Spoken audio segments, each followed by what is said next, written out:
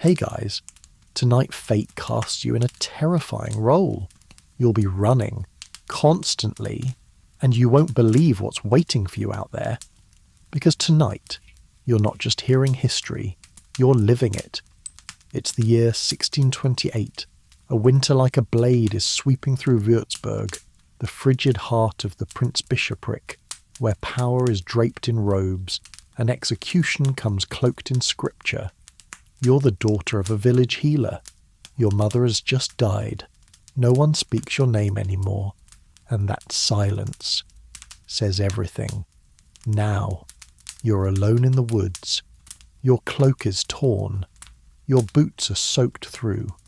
Each breath curls from your mouth like smoke. Far behind, the bell of the cathedral tolls, once a comfort, now a warning. Every chime means another name, another trial, another fire being prepared. That year, the Würzburg witch trials reached their peak. Over 900 people, perhaps more, historians still debate, were accused and burned.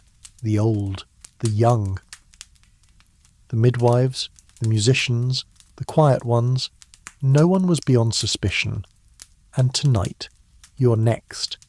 Just a heads up, your odds of surviving the week. Not great. You can run, but you won't escape. Not here. Not now. So, before you settle in, take a moment to like the video and subscribe, but only if you truly enjoy what I do here. Let me know where you're watching from and what time it is. I love seeing those comments. Now dim the lights. Maybe turn on a soft fan for background hum. And let's begin your new life. In a world where whispers burn and silence can be a death sentence. Hey guys, tonight we're doing something a little different. You're not just hearing about history, you're living it. You're stepping into the year 1628, deep in the cold heart of the Prince-Bishopric of Würzburg, part of the fractured Holy Roman Empire. You are a healer's daughter, recently orphaned, now alone in a world where whispers kill faster than swords. It's just before dawn. The leaves crackle with frost, your boots are soaked through, and your breath curls out like mist. Somewhere far behind you, a bell tolls from the city's cathedral, once a comfort, now a threat. That bell means another day of trials, another name called, another fire lit. This was the same year the notorious witch trials in Würzburg reached their fever pitch. Hundreds, perhaps over 900 historians still argue, were accused and condemned. Even children weren't spared. Just a heads up, your odds of surviving the week aren't amazing. So, before you get comfortable, take a moment to like the video and subscribe, but only if you genuinely enjoy what I do here. Let me know your location and local time. I love seeing where and when you're watching from. Now, dim the lights. Maybe turn on a fan for that soft background hum. And let's begin your new life, back in time. You awaken to damp cloth and aching bones. You hadn't meant to sleep, but the tree roots made a kind of cradle, and exhaustion finally won. Your fingers grope for the bundle you wrapped in your shawl, still there. A few dried mushrooms, a twist of bread, the amulet your mother told you never to take off. Not because it was magical, because it was hers. The forest hums with winter silence. No birds yet, just the soft crackle of frozen leaves and... No. Wait. Hoofbeats. You press to the ground. Yes. Hoofbeats. Slow. Deliberate. Then a second set. Lighter. Maybe a cart. You dare not look. You curl inward, drawing your shawl over your head like bark, and pray they pass. They do, eventually. A snort. A curse. A wheel grinds on a route, but no one dismounts. They're not looking yet. They're headed to town. That's good. That's bad. The town is where it all began. You were there 3 days ago when old Margritta was dragged from the herb stall. Her jaw bloodied where someone struck her. Witch, they said. Her tonics caused the baker's boy to seize. Never mind that he'd eaten 3-day-old pork. Never mind she'd delivered half the village's babies for 20 years. One word was enough. You didn't speak up. No one did. Not even her own niece, who sold violets beside her. The girl turned away, face pale as linen. You remember thinking she looked like she'd aged 20 years in 20 seconds. Back then, you were still safe. Back then, you thought silence would save you. Now here you are, curling beneath roots for warmth, your name likely spoken in the square by someone who owed you a favour, someone who panicked. They say the Prince Bishop himself ordered the Inquisition's expansion, Johann von Dornheim. They call him the Witch Bishop. Historians still debate whether he believed in sorcery or simply enjoyed control. Either way, he built a special jail just for witch suspects. The Druden House. Stone walls. Spiked cells. You've heard whispers. What happens inside is worse than death. You rise. Joints stiff. One of your shoes is split. It flaps as you walk, dragging against the ground. You consider taking it off, but the cold bites fast. You'll need warmth if you want to survive another night. You follow the stream. It's thin, but moving. That's good. Northward. That's what the pig farmer told you. Follow the stream north until the water turns red with clay, then go west. There's an old bridge. Hide beneath it. You hope he wasn't drunk when he said it. The trees thin ahead. Beyond them, a field, harvested long ago. The ground is hard and furrowed. If someone looks from the ridge, they'll see you. You squat low, gathering what you can. Dry grass. Maybe for a bed tonight. A mouse skitters. You jump. Your nerves are frayed. You used to laugh at old Agatha when she talked to shadows. Now you understand. Shadows are all you have left. Still, something drives you on. Maybe it's your mother's voice, still humming in memory. Maybe it's just the raw animal urge to keep moving, to not be caught still. You do not speak aloud. You dare not. But in your mind, the words return, like prayer. I am not a witch. I am not a witch. I am not a witch. But the forest doesn't care, and neither do the men with torches. The field is behind you now, but you still feel it, like open eyes on your back. The safety of trees wraps around you again, though you know by now that even forests can betray you. Branches snap underfoot whether you mean to or not. Ravens caw just when you're trying to stay silent. And bark, once comfortingly rough, is now a canvas for messages marks scratched by those who came before you. Some are just lines. Some are symbols. One looks like an eye. You keep walking. 3 days ago, you still had a name. Now, you're just the herb woman's girl, or the one with the foxglove, or worse, the witchling. That's how fast it happens. Historians will later argue whether the mass hysteria of the Würzburg trials was political, religious, or economic. Maybe all three. But you know the truth. It only takes one whisper. The air smells like smoke again, but faint. It could be someone's cook fires, or it could be another execution. You try not to imagine the latter, but the image creeps in anyway. Sheets of flame licking up a scaffold, the silhouette of a figure who could have been your aunt, your friend, yourself. Your stomach growls. You chew a piece of the bread the pig farmer gave you, but it's gone stale and hard. Still, food is food. You dip the crust into the stream to soften it, though the water's so cold it burns. The wind picks up. Late autumn, soon snow will come. You need shelter, somewhere dry, somewhere forgotten. You think of your village. the thatched roofs, the market stalls with onions strung up like garlands, the children skipping rope while you sold elderflower tea. It seems impossible that place still exists, that it might be moving on without you. You hear a dog bark, far off, but sharp. Not a village dog, a hunter's dog. You run, not fast, not wild. You've learned better. The trick is to vanish between footfalls. Step only when the wind gusts. Move when birds take flight. Let them cover your noise. It's a kind of magic, though no one would call it that out loud. You duck into a low thicket. Thorns scratch your arms. You bleed. You wait. The barking stops. You don't breathe for a count of 30. Then 60. Still nothing. Maybe you imagined it, or maybe someone tugged the dog's leash just in time.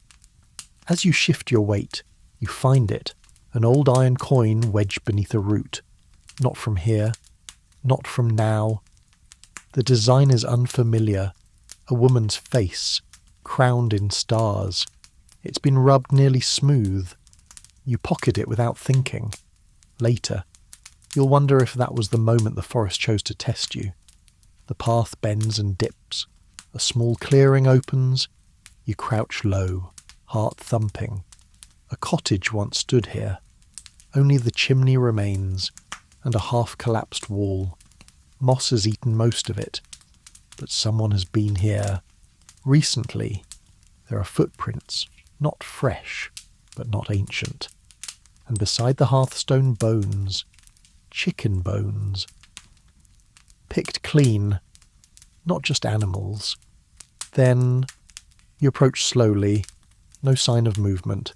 The bones are old, cold. You gather twigs, lay them in the hearth, but you don't light them, not yet. Instead, you curl against the wall, wrapping your shawl tighter, and rest your eyes. Just for a moment. You dream of home, but it's wrong. Your mother's hut is too bright. The herbs hang upside down. A woman you've never seen is stirring a pot and smiling with too many teeth. You wake with a start. The sun has moved. Afternoon already. You overslept. Panic claws at your ribs. You snatch your things. The coin, the book, the bread, all there. But the forest is quiet. Too quiet. Then you hear it. A man's voice. 2, maybe 3. Not close, but coming. They're calling someone's name. Your name. You never taught them that path. You were careful. You were silent. But it doesn't matter. Someone remembered. You gather your things and slip away again into thicker trees, away from the stream, away from the path, deeper, always deeper, behind you. The voices fade, but you don't feel relief, only the gnawing sense that it won't be the last time. The deeper you go, the darker it gets. The trees here are older, thicker, and close enough to blot out much of the grey sky. Moss glows faintly green in the half-light, and underfoot, mushrooms crowd between roots like little ears pressed to the earth. The air smells of damp bark, rotting leaves, and something else, faint but sharp, like iron. Your shawl snags on a bramble, and when you turn to free it, you spot them black feathers, 3 of them, laid neatly in a line across a fallen log, not dropped, but placed. You freeze. They say crows follow witches, that they're familiars in disguise, spies of Satan, messengers of dark pacts. You'd laughed once when a girl said that, laughed while plucking feathers for ink quills. That same girl screamed when you passed her in the market last week. You leave the feathers where they are, but still, the memory returns. 2 weeks ago, just before the first accusations began, you'd stood outside your mother's hut, tossing breadcrumbs to the crows. They'd watched you with glossy eyes and tilted heads. One even perched on your shoulder, just for a moment. A boy saw. You didn't think much of it then. Now, it may have been your undoing. Historians still argue whether crow folklore fueled the witch hunts or simply mirrored older fears. But one thing is certain in 17th century Europe, nature often stood trial with you. Cats, storms, shadows, birds. Anything abnormal could be proof. Even silence, especially silence. You walk faster. The trees open again near a low ridge. Below, you spot the outline of an old path, one not taken in years. Roots push through its centre, and moss has blurred its edges. But it's still there, winding like a vein through the forest. You descend. It's here that you see the first sign strips of red cloth tied to branches, faded, torn, not decoration, not accident. You've seen this before. Votive offerings, prayers tied in secret by women who couldn't risk going to church, prayers to saints no longer sanctioned, prayers to something else. Your mother never spoke of it outright, but you'd seen the signs. A hidden pouch of salt in her apron, a carved circle beneath the bedpost. She called them precautions, not spells, traditions, not witchcraft. But no one cares about the difference now. You pass the cloth quietly, almost reverently. There's a tree ahead with a hollow trunk, wide enough to crouch inside. You check it. Empty, except for a small bundle tucked into the crook. Dried herbs and a scrap of parchment. On it, a rough drawing a woman, hands raised, surrounded by birds. Is it meant to be you? No.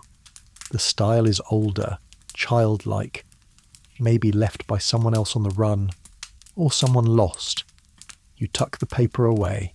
Far above, you hear a crow call. Once, then silence. You move on. Twilight creeps in too soon. The forest dims. A wind picks up, stirring leaves into brief, brittle spirals. You hear a branch snap behind you, but you don't turn. You've learned not to. Turning doesn't stop anything, and then you hear it again. Closer this time. A voice, not a man's. A girl's.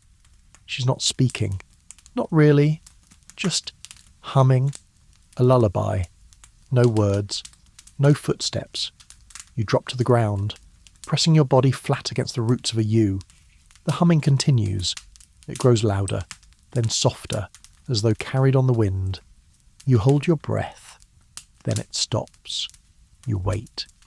Minutes pass. When you finally rise, there's no one there. But hanging on the yew's lowest branch is a single black feather. Fresh, glossy, unmistakably placed. You take it. You don't know why. Maybe for luck. Maybe because you're tired of running with empty hands. Night falls in earnest now. You keep walking, even as the cold sets into your bones. Your hands ache from clenching, your feet from silence. But you don't stop. Not yet. Because you remember the look on Margarita's face as they dragged her away. Because you remember the crow. Because you remember how the world turned in a single breath, and you don't trust it to stay still.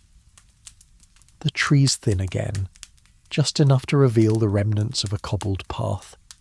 Ancient, mostly swallowed by dirt and roots, but still walkable if you step lightly. Stones shift underfoot like they're remembering their purpose. The moon slips through the branches, pale and uncertain, casting crooked shadows across your way. You follow the path. You don't know where it leads, but it's easier than stumbling blind through brush.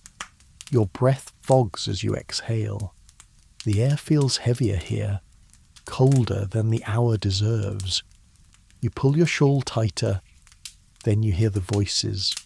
They're not near, but not far enough either. Men, by the sound of it. 3 or 4. talking too casually to be hunting, but too loudly for comfort. One of them laughs, a short, wet sound that turns your stomach. You duck behind a tree and crouch. Their words drift to you in fragments. Swore she could call down storms. Said it proud. She did, cut from the root. They said. No seed left. Found one just yesterday. Couldn't have been more than 12. You squeeze your eyes shut. Historians still debate just how much the witch hunts targeted women specifically, but in Würzburg, the records are clear: women, girls, even small children. Accusations flowed like fever dreams, unstoppable once spoken. The prince bishops inquisitors prided themselves on purity. No one was innocent enough. The voices fade. You wait another minute, 2, then rise and move quickly down the path. It curves sharply and ends at an overgrown clearing. In the centre, a raised platform of rough stones. A fire pit, long cold. Nearby, blackened wood, stacked haphazardly. You don't need to guess what it is. It's a makeshift execution ground. You approach slowly, unwillingly. Your eyes are drawn to the post in the centre, burned, cracked, its base crusted with something reddish-black. Beside it, a pile of ashes and bones that the wind has not yet scattered. You want to look away. But you don't. There's a necklace among the debris. Simple, wooden beads. You recognise it. It belonged to Elise, the midwife's daughter. She used to trade you eggs for yarrow. She hadn't been seen in weeks. Your stomach twists. There are boot prints all around, old and layered, and something else. Something carved into the stone platform. Femina non gratia. Latin. The woman is not welcome. You don't know who etched it, or when. But it doesn't matter. The meaning is clear. You back away. Slowly. Step too quickly, and you'll start to panic. You've learned to walk like mist. Beyond the clearing is a half-collapsed hut. Nothing more than a roof and a few walls. Still, it's shelter. You duck inside. The scent of old smoke and mould presses close. You find a corner where the wind doesn't reach and sit, hugging your knees to your chest. There's something on the wall, scratched deep into the beam. It's a drawing, barely visible by moonlight. A circle. A woman with outstretched arms. Around her, birds. Again. You fumble for the scrap of parchment you found earlier. The figures match. It's not just coincidence. It's a message. You don't know what it means. Not yet. But someone left this for someone like you. You're not the first. You won't be the last. Outside. The wind shifts. You hear it. Hooves again. Slow. Deliberate. Then a jingle. Rains. Metal. A wagon. You crawl to the edge of the hut and peer through a gap in the wall. A cart rolls past on the path. Lanterns hang from its sides, flickering like dull fireflies. In the back, cages, some empty, some not. You can't see the faces clearly, but you hear the groan of wheels, the soft weeping of someone inside, the slap of a driver's hand on leather.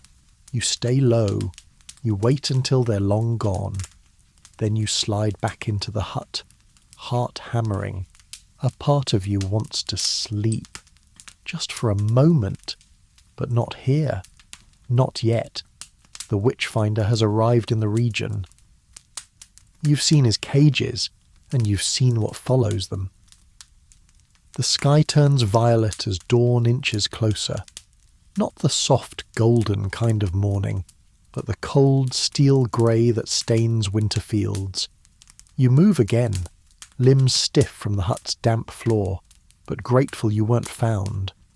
The cobbled path behind you fades into undergrowth as you press forward through tangled brush. Your hands sting from nettles, Thorns snag your skirt. You keep going. There's an ache in your stomach that feels more than hunger now. It's deeper, a hollowness. The kind that sets in when too much of what you knew is gone and what lies ahead offers no shelter. Your fingers brush the black feather tucked into your satchel. Still smooth. Still warm. Somehow. You don't remember it falling. You only remember placing it there. The sound of running water returns, faint but rhythmic.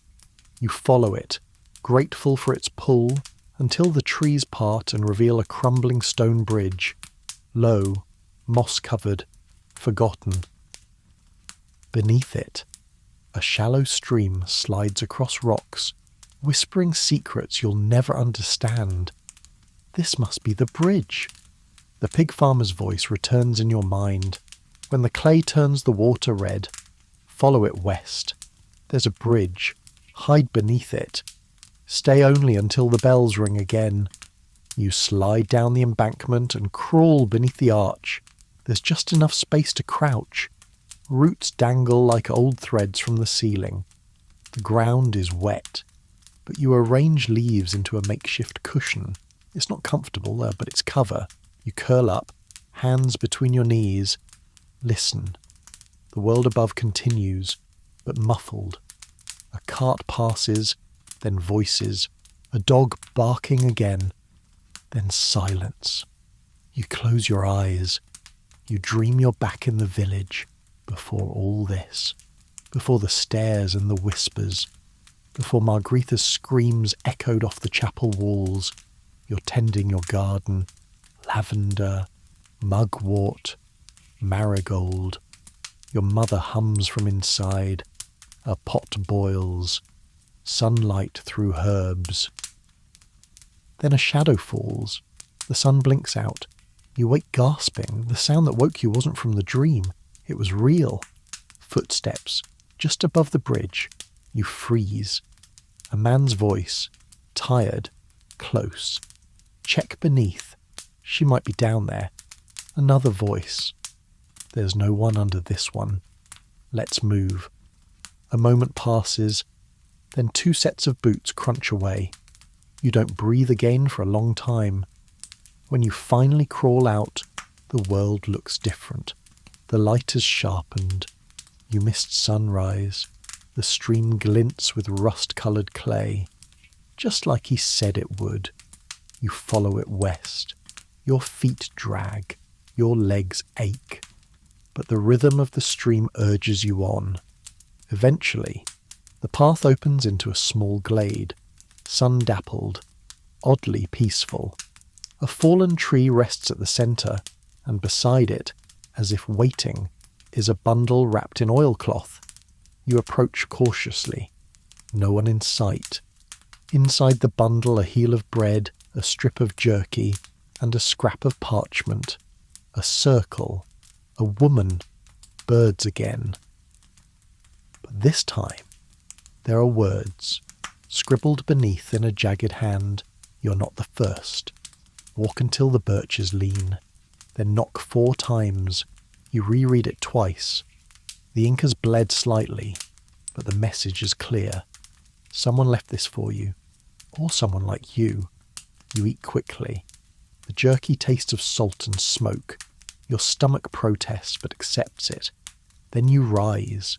The birches can't be far. You move on. This part of the forest is quieter. No crows. No barking. Just the sound of your steps on leaf litter. You count birch trees as you go. 1, 2, 5, 11. Then you see them. 3 birches leaning toward each other like old women in conversation. Their trunks curved with age, their roots gnarled and twisting above the ground. You stop before them, a moment of doubt. Then, with trembling knuckles, you knock 4 times on the largest one. At first, nothing. Then a creak, not of trees, of something wooden. A panel in the earth shifts. A door, it opens a crack. A face peers out, hollow-cheeked, wrapped in wool. She doesn't speak. just looks at you, sees something in your eyes, then opens the door wider. You follow her down. The door shuts behind you with a sound like the forest breathing out. Darkness swallows the narrow tunnel until your guide lifts a stub of candle, its flames sputtering in the damp air. The space smells of earth and iron and long-forgotten things, like the root cellar your mother once kept, but deeper, older. You duck beneath low beams as you follow her, careful not to trip on the uneven steps carved directly into the packed dirt. The woman says nothing. She moves with practiced ease, shawl drawn tight, candle held high. Her silence is not unkind. It's the silence of someone who's hidden others before. At the bottom, the tunnel opens into a small chamber, just tall enough to stand. Straw mats line the floor. A stone basin collects water from a slow drip in the ceiling. There's a small fire pit, though no fire yet, and shelves carved from clay walls, dried mushrooms, strips of smoked root, a bundle of dried yarrow. The woman motions for you to sit. You do. She pulls her shawl back then, revealing a face creased not just by age but by worry and memory, and the weight of having seen too many girls like you. Still without speaking, she hands you a cup. You sniff it, bitter, something like nettle and birch sap. You sip. It burns a little on the way down, but it wakes your limbs from the cold. Then finally, her voice, low and coarse, like she hasn't used it in days. You're lucky the birds followed you. You blink. The birds. She nods toward your satchel. Feather in your bag. Crows don't follow the dead. Only the hunted. Means you're still fighting. It's not logic. It's something older than logic. But in this place, her words feel true. She sits across from you. The candle flickers between you like a heartbeat. Do you know why they chase you? She asks. You hesitate. Because I gave a tonic to a sick boy. Because I burned juniper at the door. Because my mother knew things. She shakes her head gently. No. They chase you because someone needs to be blamed. The frost came too early. The bishop's heir took sick. The grain mould turned black. They chase you because you're soft and alone and you don't have a man to vouch for you. She lets that settle. It's not comfort. Exactly. But it's the closest thing you've had in days. She opens a leather pouch and begins crushing dried herbs between two stones. Do you want to go north? She asks. You look up. Why north of here? There are places where bishops don't rule, where no one cares how you make your tea or what you hang over your door. Places without witch-finders. She smiles faintly. Places with better hiding. Historians still argue how many women fled northward during the peak of the Würzburg trials. Records are scarce. Many changed names, burned letters, vanished into new lives. Some were caught anyway. Others, perhaps they found each other. You ask her name. She pauses, then replies, Marta. That's what I answer to now. She hands you a bit of dried meat and a strip of cloth for your foot. Rest. I'll wake you when it's safe. You lie back on the straw mat, grateful for stillness. Your eyes drift to the walls, covered in markings. Some are just scratches. Others are symbols, as circles, as stars, or as birds. She catches your gaze. Those are the ones who pass through. You count at least 24. You think I am not alone. Then sleep takes you, full and fast. When Marta wakes you, the fire is burning low and a second candle casts long shadows. It's almost dusk. They don't patrol at twilight. Time to move. You rise, body sore but steadier. She hands you a bundle, food, herbs, a fresh cloth for your foot. Then she places a hand on your shoulder. Remember, she says, they hunt what they fear. But fear isn't proof. You step back into the tunnel. She doesn't follow. Behind you, the door clicks shut. Ahead, the forest, the cold, the chase, but also a path. And the knowledge that someone just once opened a door for you. The forest welcomes you differently this time. Not warmly. Nothing is warm here, but it no longer feels like it wants to consume you. The air is still sharp and your breath curls white in front of you. But there's a strange peace in the twilight. The trees seem taller now, almost protective. The stream still murmurs somewhere nearby, winding its way through the dusk. You move quietly, bundle tucked beneath your arm. Marta's tea still tingles in your chest, warming you from the inside. She gave you no map, no precise directions, just a path in your head. Keep west until the ridge bends, then follow the trees that lean north. You'll know them when you see them. The moon rises, just a sliver tonight, enough to see, not enough to be seen. You hear a branch crack behind you and freeze, but it's only a fox darting through the underbrush. It stops and stares, yellow eyes catching the light like coins. You watch each other for a moment, then it vanishes as if it had never been. You move again. The ridge Marta mentioned rises gently ahead, framed in silver light. As you approach, something feels familiar. The scent in the air, resin and old ashes, the faint breeze. You've been here before, not long ago. You're near the ruined chapel. You hesitate. That place had felt cursed the first time. Blood on the altar steps. Silence like a held breath. But now you remember Marta's words. Fear isn't proof. You decide to pass through again. The chapel is even more broken than you remember. Time hasn't changed it, only your eyes. Vines have crept higher up the stone. The roof's collapse is more complete, yet the altar still stands, crooked but upright.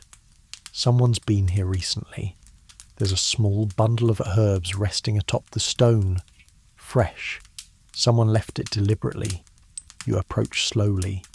The herbs, mugwort, juniper, and dried rose hips, are tied in a silk thread, too fine for a villager. You've seen thread like this only once, on a merchant's daughter whose family left town just before the first accusations began. You touch the bundle. A folded scrap of parchment falls from underneath. You open it carefully. The writing is delicate, even elegant. You are not cursed. You're not alone. Walk until you find the painted stones. Painted stones. Another clue. Another signpost left by someone like you. Someone who walked, fled, hid, and left behind a trail for others. Historians often dismiss these details. Too folkloric, they say.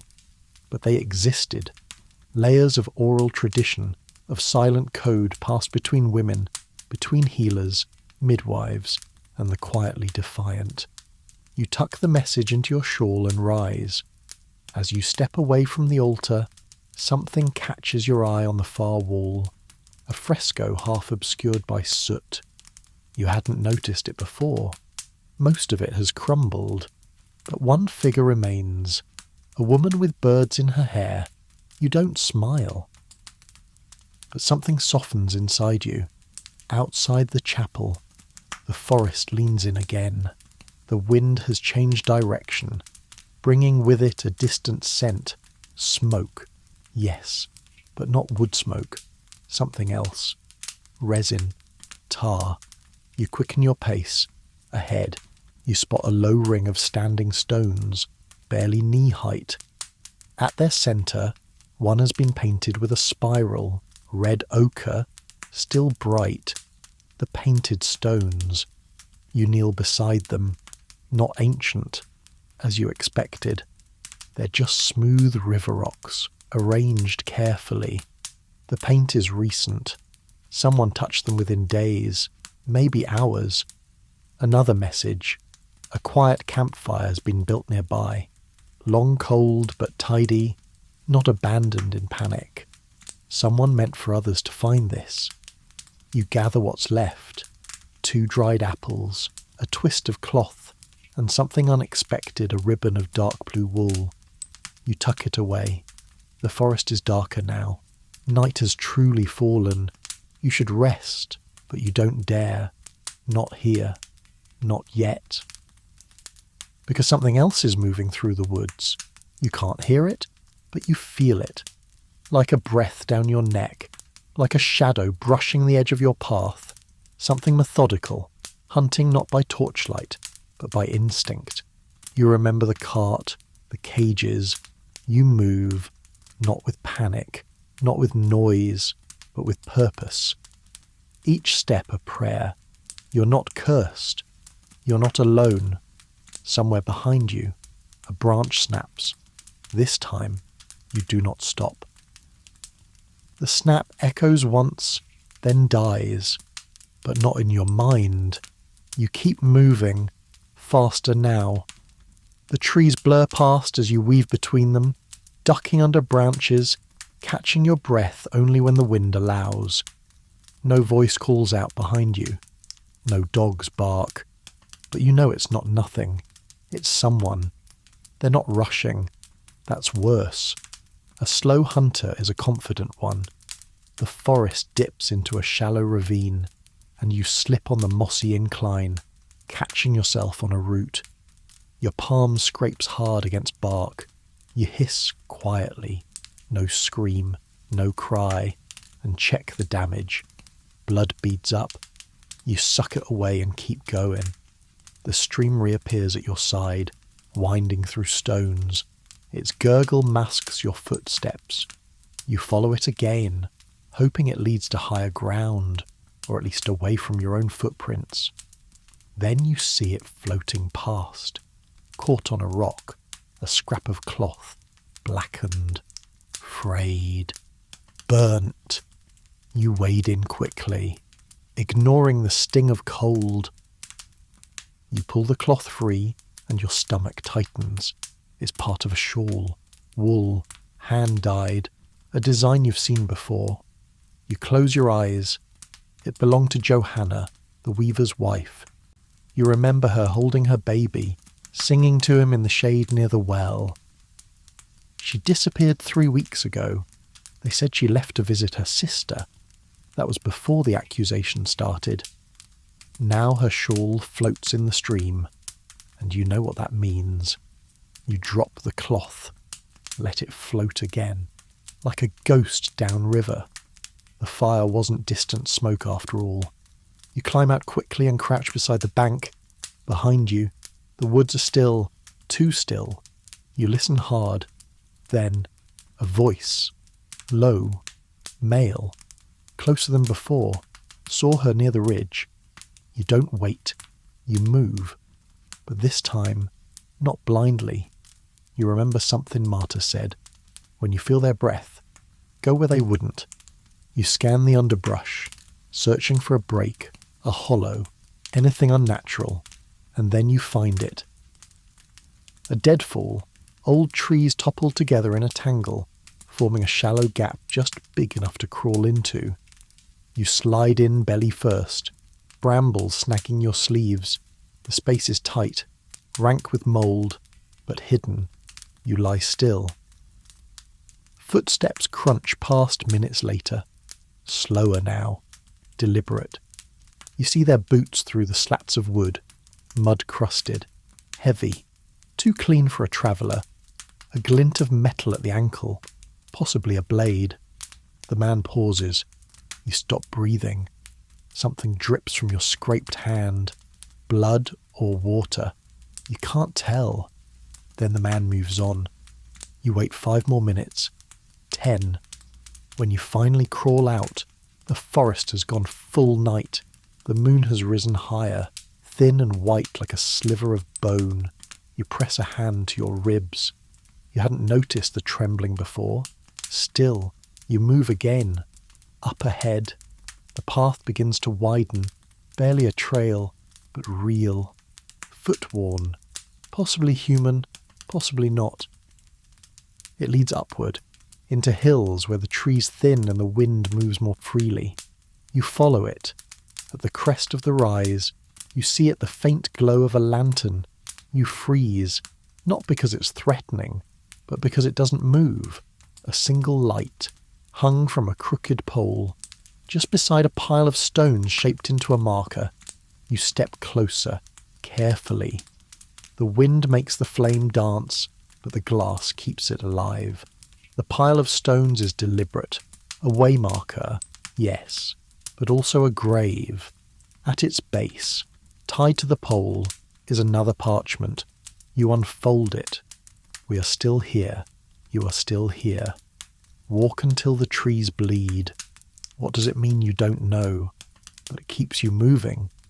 Historians often wonder how women like you, accused, hunted, alone, survived it all. The records barely mention these trails, these networks of silent markers and cryptic signs, but you know they existed, because here you are, still breathing, still walking. Somewhere behind you, the men are still searching, but they don't know the signs, don't see the birds, don't know which tree roots open. They don't know how many of you pass this way.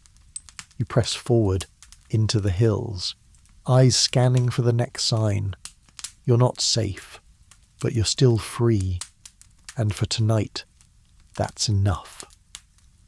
You travel by moonlight now, not because it's wise, because it's necessary, and the higher you climb, the colder it gets.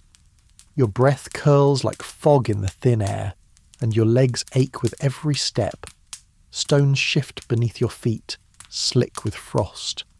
Somewhere behind you, the forest you knew has thinned into crooked thickets and ghostly heather. Before you, the land rolls upward into grey hills, shadowed and silent. You don't know where you are, but that's the point. The path winds through a pass where jagged rocks jut like ribs from the earth. You walk between them quietly, your hand brushing the stone wall for balance. On one, someone has carved a spiral, not painted, this time scratched into the rock itself, nearly worn away. The same symbol, it's not superstition anymore, it's a language, a code of the hunted. You whisper the words from the parchment aloud. Walk until the trees bleed. You don't know what it means. Not exactly. But the words live in your head like a drumbeat now. A chant. A promise. Just then, the wind shifts and the scent of smoke hits your nose, but not burning flesh, not tar. This is wood smoke. Clean, dry, pine-scented, and something else meat, cooked slowly, with herbs. You stop. Your stomach tightens in hope and fear at once. Then, a sound, a whistle, high, low, high again, like a bird call but too deliberate. You don't respond. You crouch low among the rocks, watching the slope ahead. Movement. A man walks into view, leading a donkey laden with bundles. He wears no uniform, no badge, just a heavy cloak and a red sash at his waist. He whistles again, then pauses beside a tree and leaves something at its base, a cloth pouch. Then he moves on. When he's out of sight, you creep forward. At the base of the tree, tucked under a rock, is the pouch. You open it with shaking hands. Inside a twist of dried meat, a folded scrap of wool, and a scrap of parchment with only 2 words. Still breathing, you bite your lip to keep from crying. You sit there for a while, under that tree, letting the food warm your chest and the message settle your nerves. And that's when he appears. The pig farmer, not close, just enough that the moon glints off his beard. He stands at the edge of the ridge, as if he's been waiting there, watching. You rise slowly. He gives a small nod, then disappears into the darkness. He never meant to meet you, just to make sure you made it this far. This is the way of the hunted and the helper's brief glimpses. No names, no lingering. Historians still argue about whether organised escape networks existed during the European witch trials. There's little proof on parchment, but sometimes the absence of evidence is the evidence. Who'd risk writing it down? You walk on. The hills dip again into a hollow where trees begin once more, but different this time. Taller, thinner. Birch trees. Dozens of them. And there, on the bark of one, you see it. A long red slash. Not paint. Sap. The trees bleed. You stop. At the base of the marked tree, there's a narrow path leading into undergrowth. So subtle you would have missed it without the sign. You follow it. The moon slips between branches. An owl hoots once and is silent. The trail curves left, then right, then opens into a glade.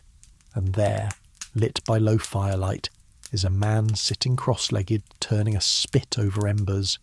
He looks up. He doesn't reach for a weapon, doesn't shout, just nods. You step closer, behind him.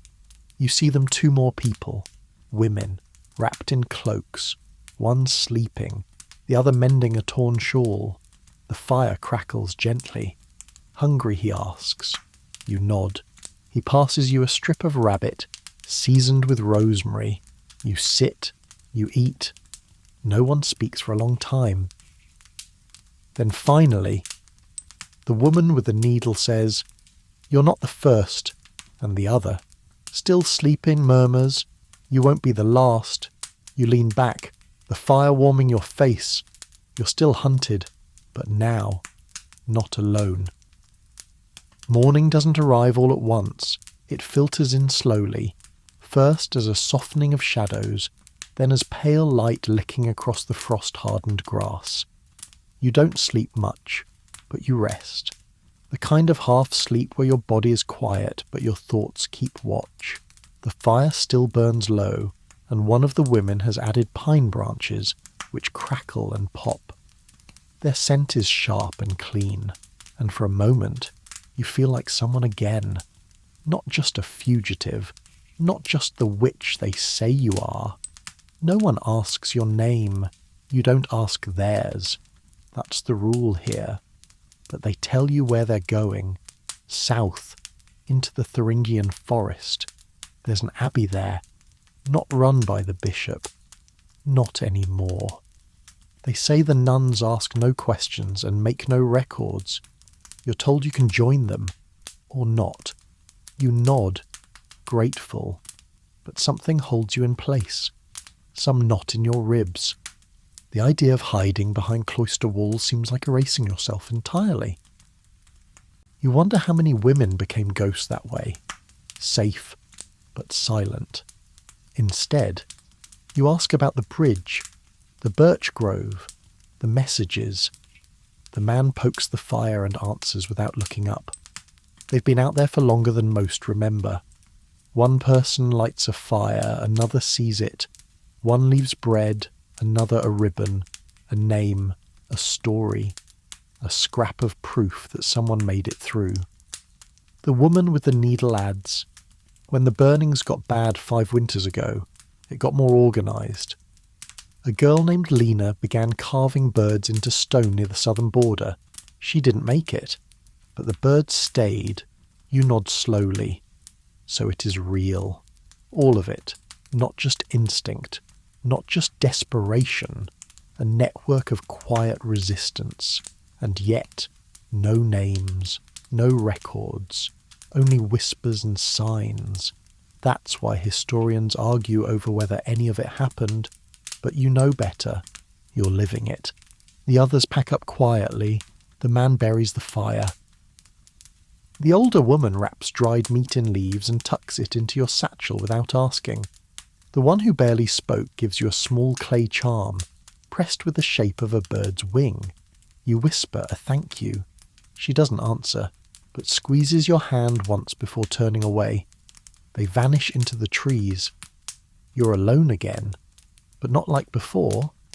Now, you know they're out there. Others like you, scattered across the hills, moving by moonlight, guided by signs, and helped by hands that never stay long. You move on. The trail now leads deeper into rocky terrain, sharp limestone underfoot, slippery with frost, but you keep steady, eyes scanning for more signs. You find one mid-morning, a piece of slate propped against a boulder, marked with charcoal, a spiral again, and beneath it, a single word in Latin fuga, escape. You trace it with your finger before wiping it away, just in case someone less kind comes looking. Further on, the trees part to reveal a valley below. Thin lines of smoke rise from the far side, no fires, just chimney smoke. A village, maybe. Not one you know. It might be safe, it might not. But it's not your goal. You veer left into a narrow ravine. The rocks are cold to the touch, and the light here feels older, like it's filtered through time. You find a cave half hidden behind an outcrop, just enough room to crouch. You rest, you eat, you drink melted snow from your cupped hand. You're starting to think in layers now, like the women before you. Always the next step, the next turn, the next place to hide. Always leaving the trail just long enough for someone behind to follow, but never long enough to be caught.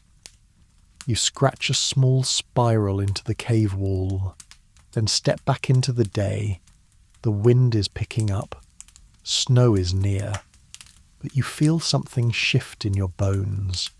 Not hope, not yet, but rhythm, the rhythm of survival. The sky has turned leaden, and the wind now bites sharper with every gust. Snow isn't falling yet, but it waits just above, hidden in the swollen underbelly of the clouds. You pull your shawl tight, tucking the ends into your collar, and press on. By midday, you've left the ravine behind and begun climbing again, up into a region where trees grow sparser and the air grows thin. The hills here are streaked with lichen and bramble. Not much grows, not many pass, but someone has. You find the proof in a crooked tree split by lightning, its bark charred, its core hollow. Inside, tucked in the split, is a piece of folded wool.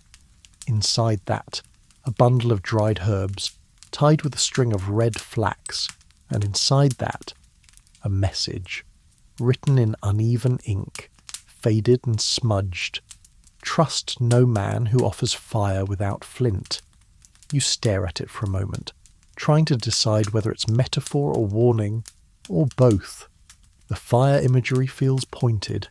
You've seen too many fires already. Too many set for spectacle, not warmth. You tuck the message away. Every scrap of writing feels like a heartbeat, a reminder that others made it this far, that they lived long enough to warn. You walk on. In the distance, you see the silhouette of a chapel, another one, but this one intact, small, stone, unadorned, no spire, just a sloped roof and shuttered windows. You hesitate, but the cold makes the decision for you. The door creaks as you enter. It isn't locked. Inside, it smells of wax and stone dust. No incense, no gilded altars, just a plain wooden cross and a row of pews polished by age, not reverence. There's someone inside. An old man sits hunched near the front, wrapped in a faded cloak, holding a prayer book that looks more for show than use. He doesn't turn when you enter, doesn't speak, just nods toward the back corner of the chapel, where a small brazier glows faintly. You go to it, hold your hands over the heat. Still, no words. It's safer this way. Historians often wonder why certain records vanish, why some names disappear, why entire stories go untold, but when the price of speaking is death, silence becomes currency. You sit for a while, letting the warmth seep back into your bones. The man coughs quietly, his hands tremble. You think he is no danger to me, but still, you don't stay long. You rise, leave behind a coin, the strange one you found days ago, the one with the star-crowned woman. You place it silently on the pew beside him. He doesn't look up. You leave the chapel and re-enter the cold. Snow has begun to fall now, light, feathery, more ash than powder. The first flakes catch on your lashes. You walk west. As the world goes white around you, you begin to notice something strange. Trees marked not with spirals this time, but with rings. 3 small circles scratched into bark, stacked one atop the other. You count them as you go. 1, 2, 5, 10. They're leading you somewhere, and then you see it. A cottage, tucked between 2 stone outcrops, half covered in brambles, smoke rising faintly from the chimney. No path leads to it. No sound comes from it. You step carefully toward the door. It opens before you knock. A woman stands there, grey-haired and stern-faced, with an apron dusted in flour. Behind her, a child peeks out, a girl with wide eyes and a smudge of soot on her cheek. The woman nods once. You're late. You blink. She steps aside. Come in before you bring the snow with you. You hesitate only a moment before stepping inside. The warmth hits first, then the smell. Bread, herbs, and something sweet. The girl closes the door behind you, and the cottage goes still. The woman removes your shawl, hangs it near the fire. She doesn't ask your name. She simply says, "Sit." You do. The cottage hums with quiet life. Herbs hang from beams. A kettle sings on the hearth. There are books, real ones, not scriptures, stacked beside the fire. A painted bird sits on the windowsill, carved from wood, its wings etched with circles. This is no ordinary cottage. This is one of theirs, a haven, and for the first time in days, you feel your shoulders drop. You're not safe, but for this moment, you are not hunted. The warmth of the fire sinks into your bones so deeply, it almost hurts. Your hands, cracked and raw, throb with returning sensation. The woman hands you a steaming bowl of soup without a word. Lentils, garlic, something bitter and grounding. Maybe lovage or whorehound. You don't ask. You eat. The girl watches from across the room, small fingers twisting the hem of her smock. She has the look of someone too young to understand what's happening, but old enough to sense its danger. Her gaze flickers to your hands, your face, your boots. You wonder how many like you she's seen before. The woman kneads dough on the wooden table, pressing her palms down in practiced rhythm. She doesn't look up as she says, "I won't ask what they said you did." You glance at her. She continues, evenly, because the answer is always the same. You cured someone they didn't expect to live. You bled someone the wrong way. You knew something without being told. She slaps the dough, folds it over. Or you were simply there when they needed someone to blame. You nod, eyes burning. Historians today still argue what triggered the sharp spike in accusations in regions like Würzburg. Some blame social instability, the 30 Years' War, disease, or famine. Others suggest it was fear of female autonomy in a time of chaos.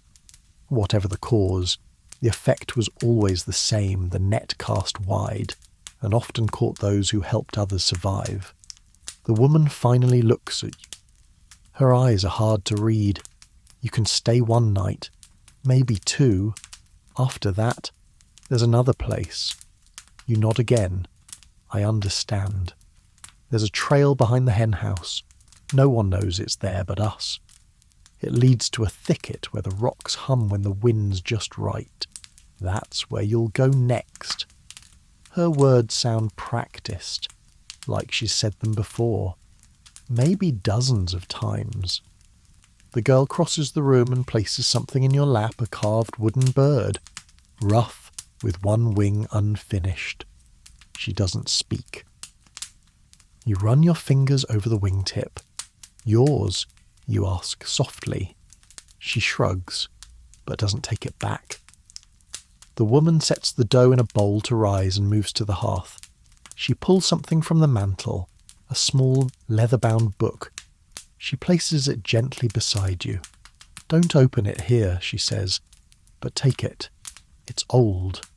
Older than me. Some of it's nonsense, but not all. The signs, the markers, the warnings, things you won't find in any priest's scripture. Your fingers rest on the cover. The leather is cracked and warm, as if it's held memory. You ask, was it yours? The woman shakes her head. No, but it was passed to me, and I'm passing it to you. The girl leans against her side, and the woman strokes her hair absently. I had a sister once, she murmurs, almost too low to hear. She wasn't fast enough. You don't speak. Some things are not invitations for words. That night, you sleep in a cot beside the hearth. The woman and girl retire behind a curtain. You lie awake for some time, watching the fire's shadows dance along the walls, book held to your chest. The wind picks up outside. You hear it press against the walls, hear snow begin to tap the window panes. But you are warm, fed, sheltered. For now, you dream. Not of your mother, not of the chapel or the cages. You dream of birch trees with bleeding bark, of spiral-marked stones glowing faintly in moonlight, of women, hundreds of them, walking silent paths through forests, marshes, ruins. Some carry baskets, others scars. All of them carry stories, and behind each one, at a respectful distance, walks a crow. When you wake, the world has changed. Snow blankets the hills. The woman is already dressed, binding a scarf around her neck. Your bundle is packed. Bread, dried fruit, and the book. She hands it to you without ceremony. You'll leave at dusk. The trail is safer in darkness. The rocks hum when the time is right. She presses something else into your palm, a coin. The same coin you left at the chapel. She raises an eyebrow. You dropped it. I pick up what others leave behind. You smile for the first time in days. Thank you, you whisper. She doesn't answer, but her hand lingers on your shoulder longer than it needs to. You leave just as the sun slips behind the hills, casting the world in soft shadow. The snow beneath your boots crunches with each step, too loud for your liking, but there's no help for it. You follow the woman's instructions exactly past the hen house, through the gate disguised as a deadfall, then down a narrow trail that disappears between brambles and old stones. Soon, the cottage vanishes behind you. It's as if it was never there. The air is colder now, the kind of cold that nips at the inside of your nose, the corners of your eyes. But your bundle is warm against your back, and the memory of the hearth lingers in your fingers. The path tightens, then opens into a shallow ravine strewn with jagged rocks. You slow your pace, listening. At first, nothing but the creak of trees in the wind. Then you hear it, a low hum. It's subtle, like the sound a jug makes when wind passes its lip. You press your hand to a nearby boulder. It vibrates faintly. The woman was right. The rocks hum. You follow the sound, winding deeper into the ravine, stepping over roots and frozen puddles. Snow clings to the edges of moss and lichen. In the distance, a fox barks. once, then silence. Then you see it a standing stone at the edge of the trail, smaller than the rest, but clearly shaped by hand. Someone has scratched a circle into its surface. Around the circle, 3 dots. It's another sign, not just for you, but for whoever comes next. You place your hand on it briefly, in thanks, then move on. Night falls in earnest. The moon is hidden behind clouds, and the snow gives off its own dim glow, lighting your path with silvery shadows. It's quiet, but not empty. You can feel the weight of the trees watching, as if they remember every foot that passed here before yours. Historians still argue whether there were truly secret networks of resistance among the women accused of witchcraft, whether these trails, signs, and messages were real or simply comforting myths. But you don't need consensus. You have evidence carved in bark and stone, left in fire pits and stitched into cloaks. It's real, because you're walking it. Eventually the trail leads to a narrow pass where the tree's thin and tall grass rustles in the wind. There, half buried in snow, is a small shelter, just a lean-to built from branches and bark. You clear the snow from its mouth and crawl inside. Inside, dry pine needles, a small stash of nuts, a wax-sealed jar.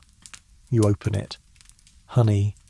You press your fingers into it, taste the sweetness, and feel your knees buckle a little. It's the first thing you've tasted that wasn't sour, bitter, or burnt in days. You sit back, jar in your lap, and close your eyes. You rest. You dream again, this time of a gathering, not a trial, a circle. Women of all ages seated beneath trees, passing bundles, hand-to-hand seeds, herbs, charms, names. You hear voices. Some laugh. One cries softly. They don't run. They don't hide. They simply exist. Then you hear someone speak your name. You wake with a jolt. The fire outside the lean-to has gone out, though you don't remember lighting one. You step outside. Snow still falls in a whisper. You scan the forest. No one. But something is different. You kneel by the stone near your shelter. Someone has left something there, very recently. A black feather, laid perfectly straight. Beside it, a bit of red thread, and scratched into the bark of the tree above. The way is still open. You don't know who left it, but they knew where you were. You pick up the feather, tuck it into your bundle. Then you begin walking again, into the dark, because the way is still open, and someone's watching your steps. The path grows stranger now, not harder, exactly, but dreamlike. The snow makes everything unfamiliar, and the quiet is so complete you can hear the blood in your ears. Your boots crunch with each step, then vanish into the hush behind you. You begin to wonder if you've passed this way before, if the forest is folding in on itself like pages of a book reread too often. The sky's a soft bruise of cloud and moonlight. No stars tonight, just a long, low weight pressing down.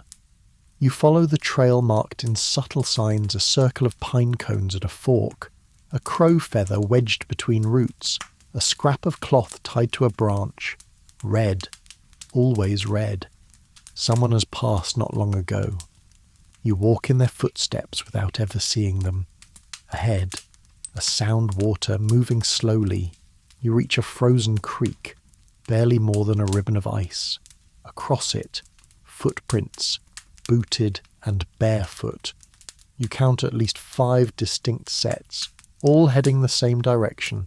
Not running, walking, together. You step carefully onto the ice. It holds. Cracks whisper beneath you, but don't break. On the other side, you find a worn trail leading up into a copse of trees. The air changes here, warmer, thicker, tinged with smoke. Not the acrid bite of torches, but something softer. You follow your nose. The forest parts to reveal a camp tucked behind a natural rock wall. Tents made of patched cloth and fur. Low fires burning under careful stone rings.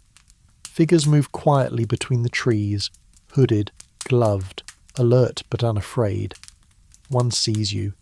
A tall woman, older than you by a decade or two. Her cloak is thick, her hands bare. She says nothing, just nods once, then gestures for you to follow. You do. She leads you to a firing where others sit, a man sharpening a blade, a girl boiling pine needles for tea, a child sleeping beneath a heap of wool. No one stares. No one questions. You're not a guest here. You're expected. She hands you a piece of roasted root, bitter but filling. You eat. Then the others shift to make space for you. You sit. Silence, shared, becomes its own kind of language. Later, as the fire dies low, the tall woman speaks softly. Do you know what they said about us? You shake your head. They said we made pacts with the devil, that we danced in the woods with no clothes and summoned plagues with our breath. She chuckles. If we had that kind of power, do you think we'd be hiding in the snow?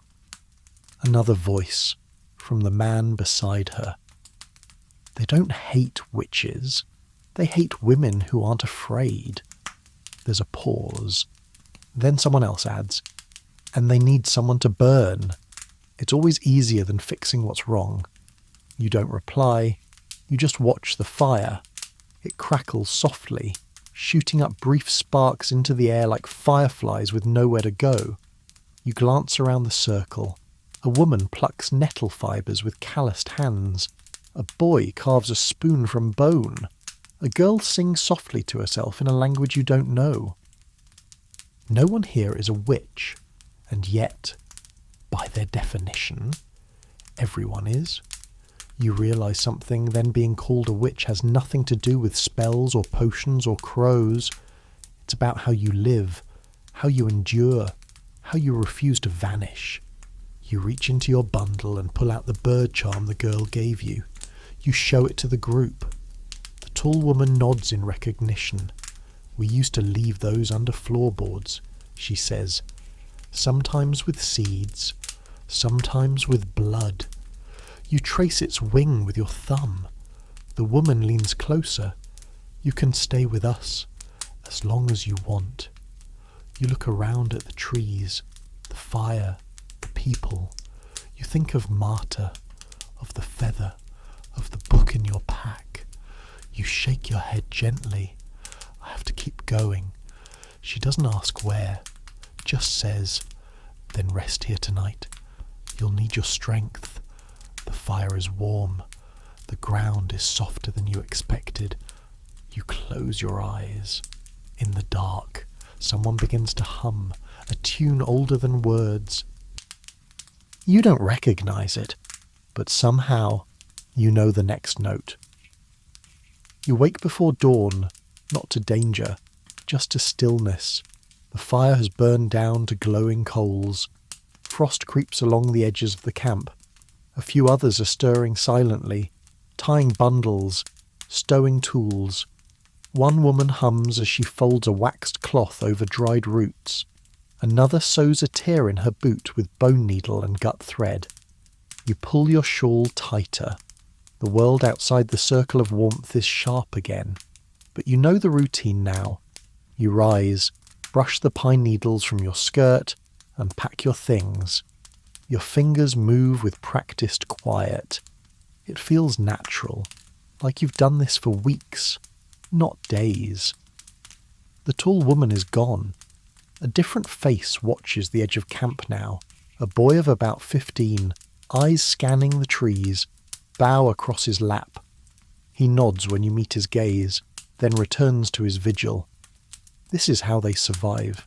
No speeches, no oaths, just movement, eyes, fire, silence, then gone. One of the women hands you a parcel as you shoulder your bundle more dried meat.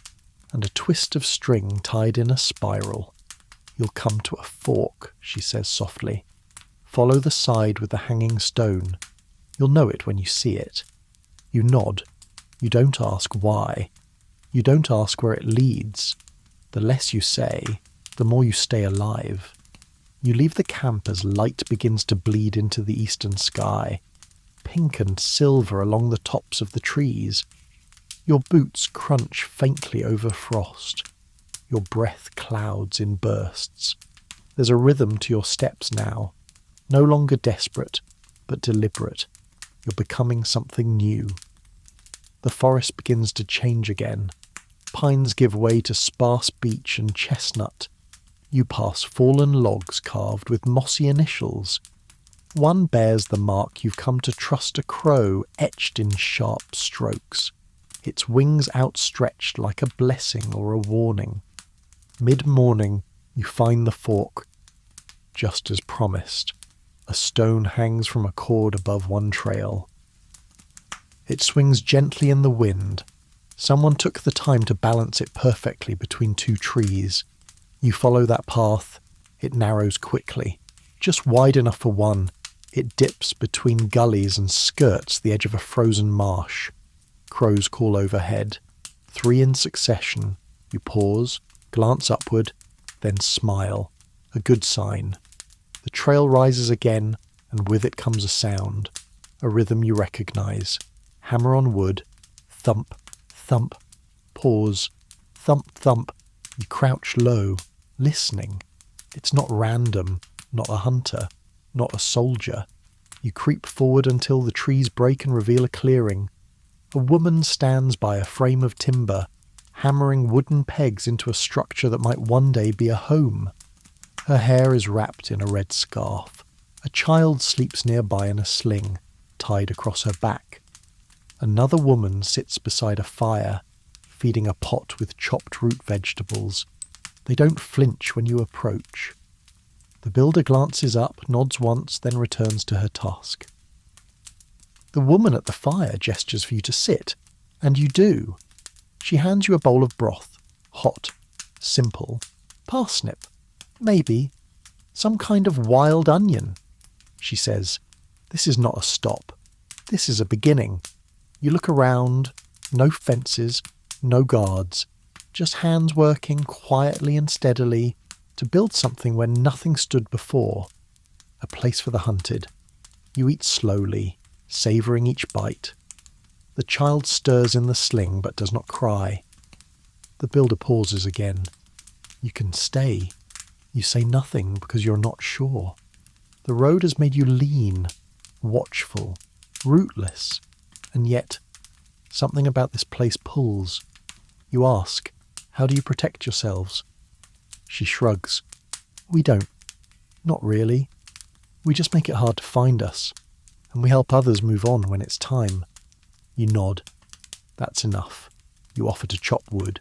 They accept. By midday, your arms ache from work, but it's a good ache. The kind that reminds you you're alive.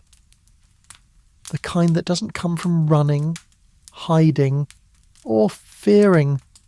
You stack the logs beside the fire, and as you straighten up, you see it etched into the beam of the half-built shelter, a spiral, and beneath it, we remember. You reach up and trace it with your fingers. It's fresh, not carved for beauty, carved for truth. That night, you sit by the fire beneath a sky finally clear of clouds.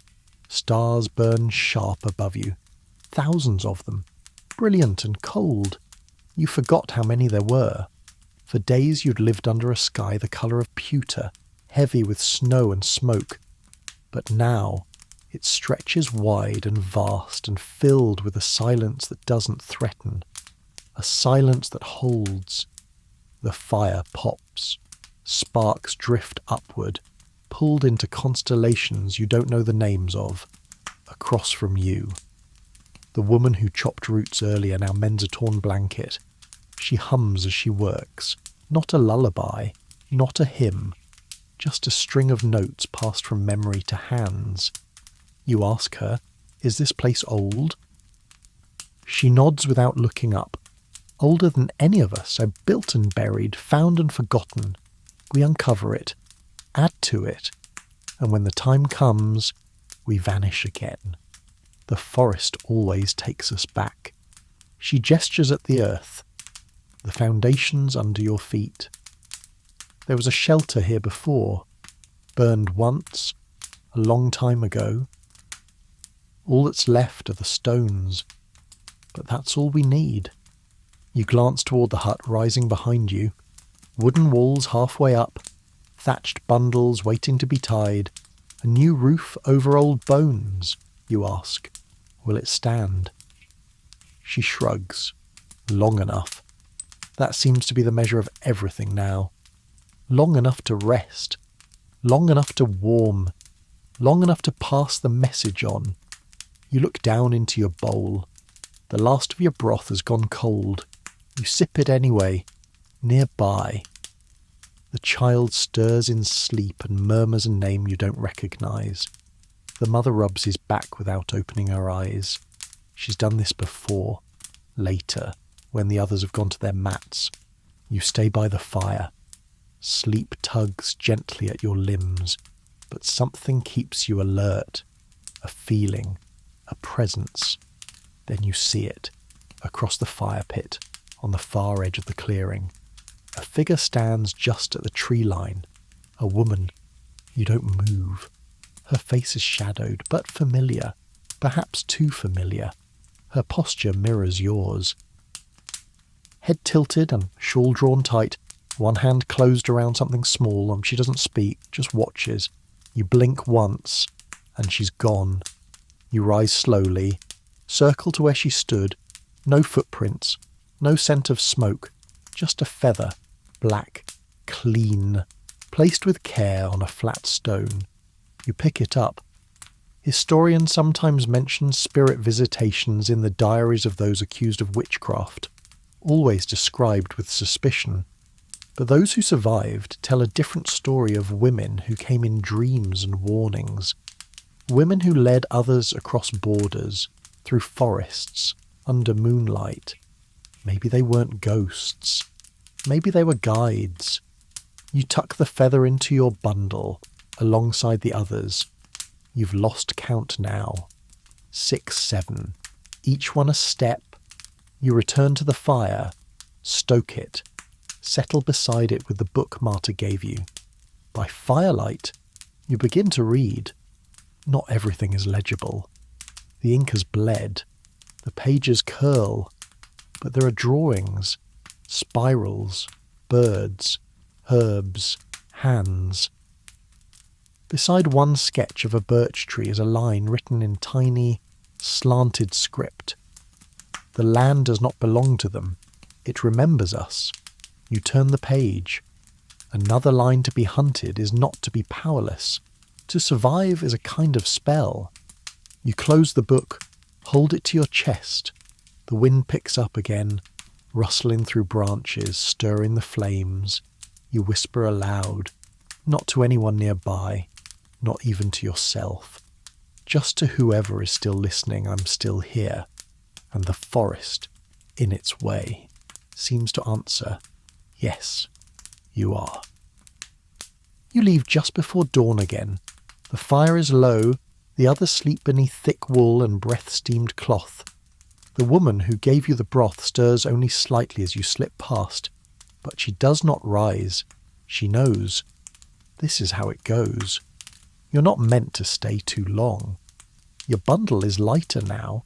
A strip of bread, a few dried berries, Marta's book, wrapped in waxed cloth, the wooden bird from the girl, 3 black feathers bound together with red thread, and the coin, still warm from being pressed to your chest all night.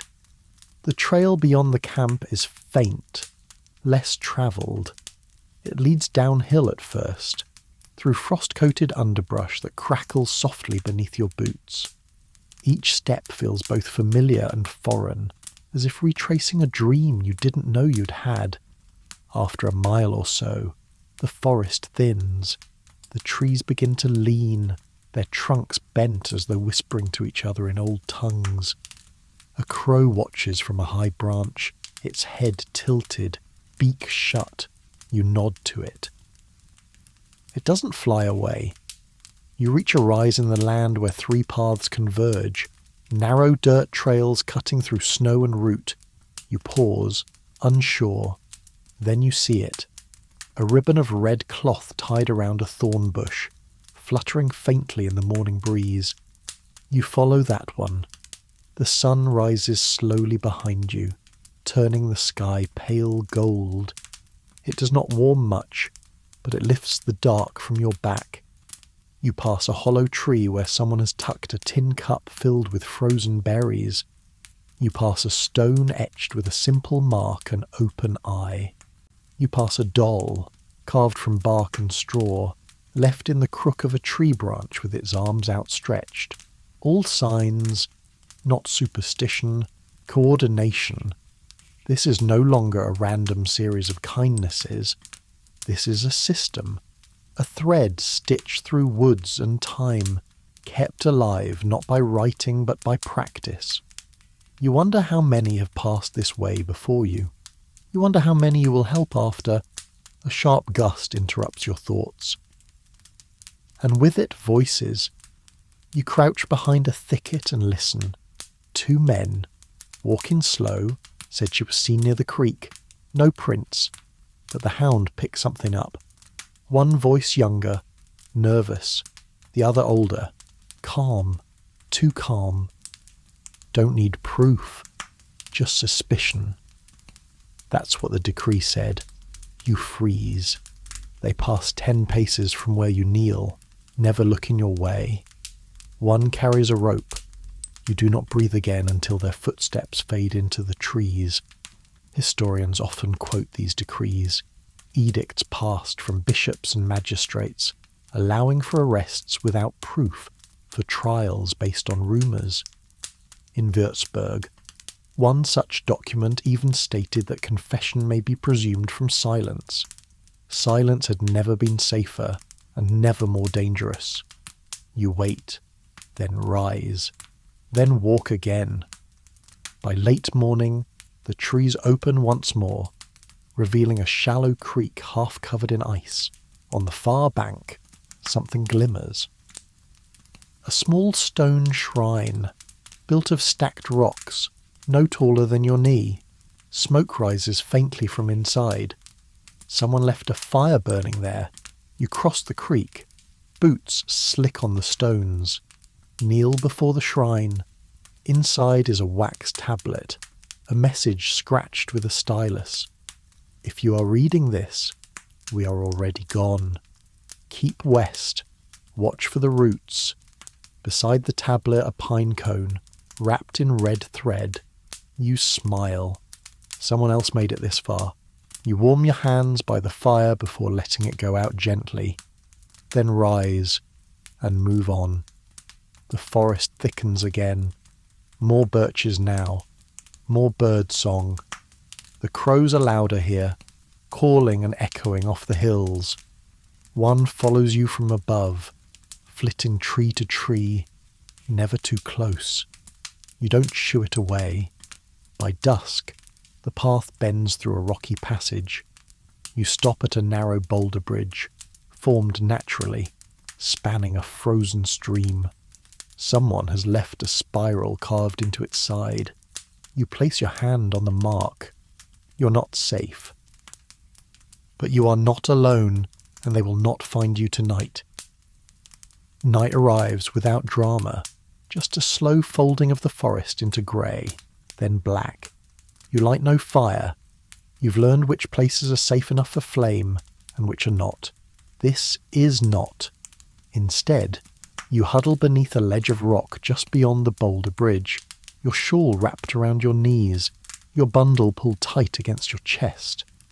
The forest is colder tonight, not deadly, but deliberate, as if it wants to remind you that even without men, the world can be cruel. You chew a piece of dry bread, it tastes of smoke and effort. You stay still until you hear it, Footsteps, slow, careful, not following the main path, too quiet for that.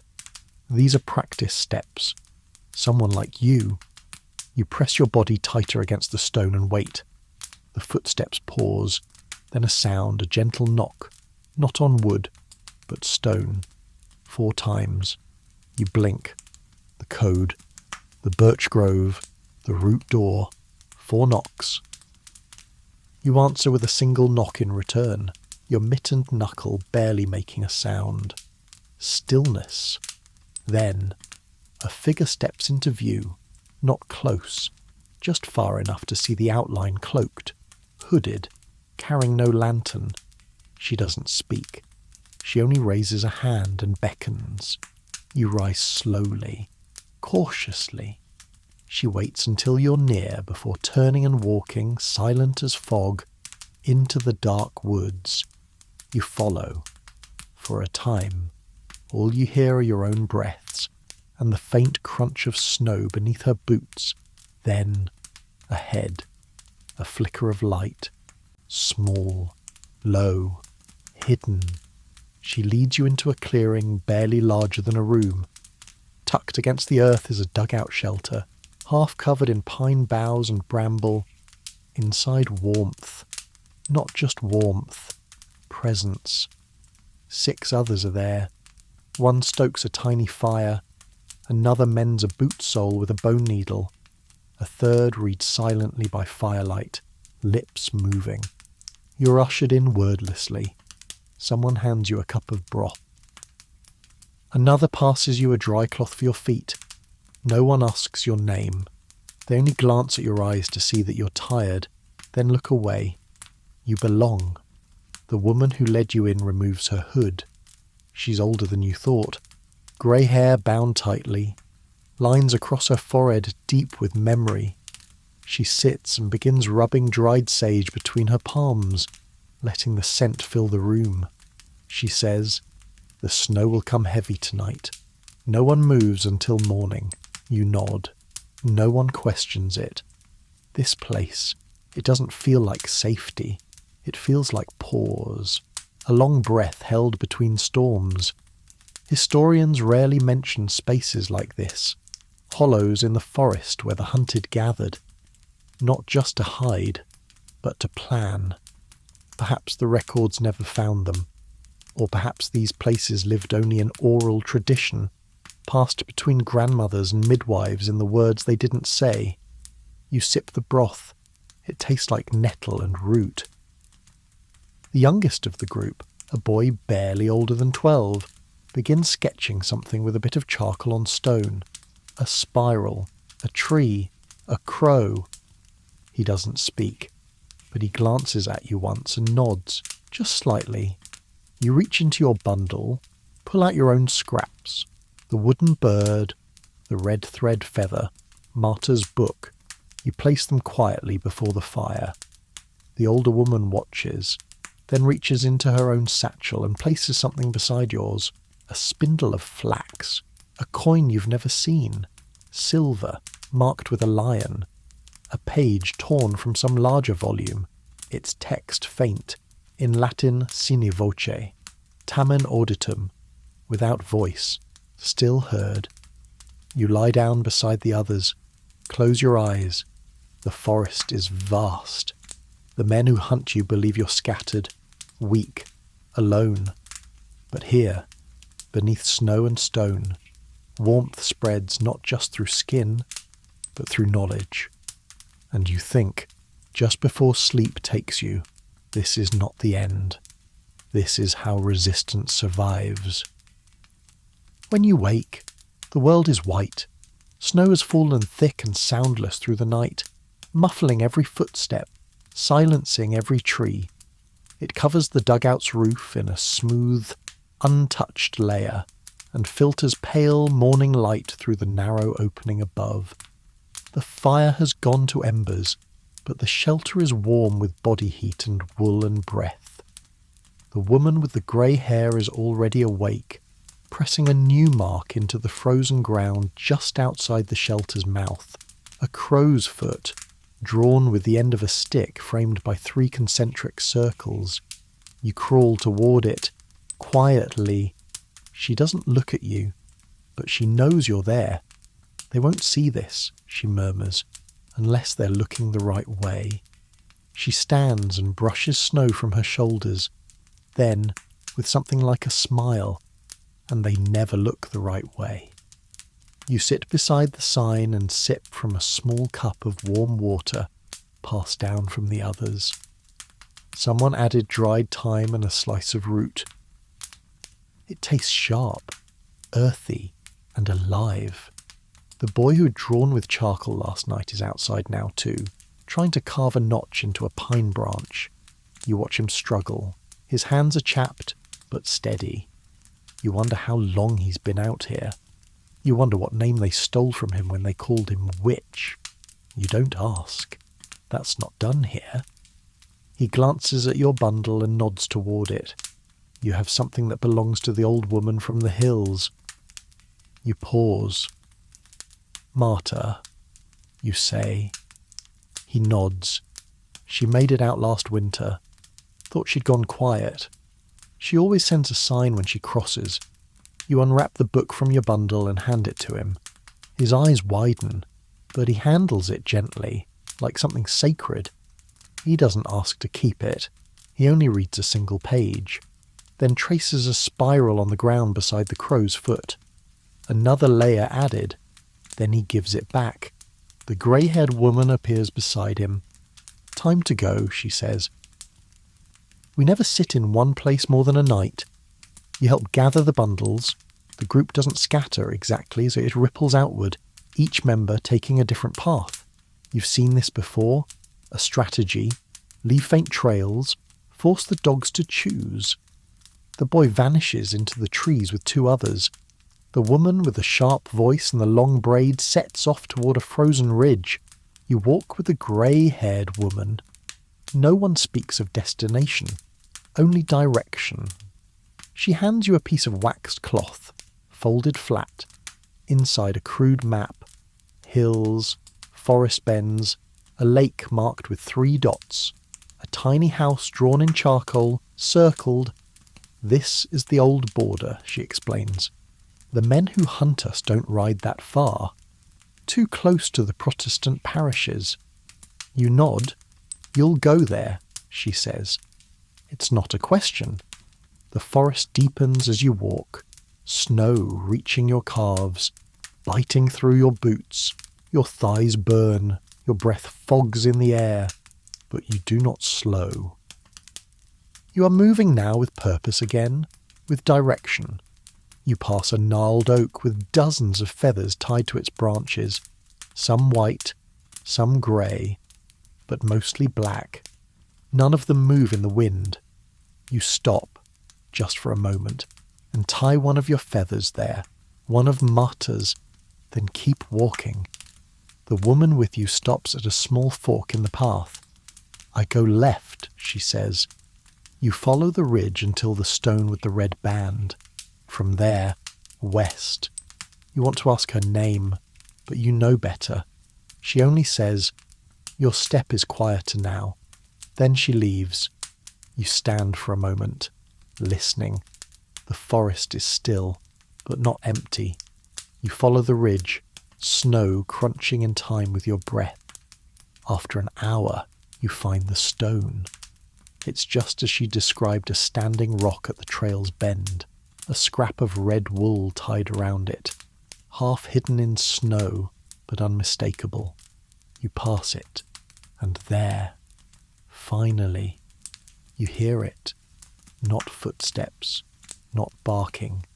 A voice, high, thin, singing.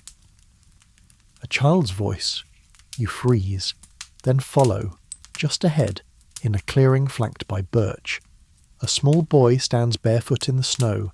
His hair is unkempt, and he wears a shirt 2 sizes too large, but he doesn't shiver. He looks at you, and from his palm he opens his hand. A charm rests there, tiny, round, carved with a spiral and a wing. He doesn't speak, just places it on a stone, then walks away, vanishing into the trees. You pick up the charm. It's warm. You hold the charm in your hand a long time before you tuck it into your bundle. It doesn't feel magical, not in the storybook way. It's rough and chipped and smells faintly of ash. But it is real, something shaped by a human hand, something left behind for someone like you. You whisper a thank you into the clearing, though the boy is long gone. The wind has picked up. The snow falls again, this time thick and steady, each flake melting on your skin like breath. You press forward, heart thudding, not from fear, but from knowing there's more to this than running. You pass between two trees marked with 3 shallow notches, equidistant, like ladder rungs. You've seen that sign before, on a hill 2 days north of here, where a woman in a red scarf gave you a place to sleep. These are not random. These are breadcrumbs. The trail descends through a narrow gully. To your left, a slope of rock and snow. To your right, a wall of trees. The path here is uneven.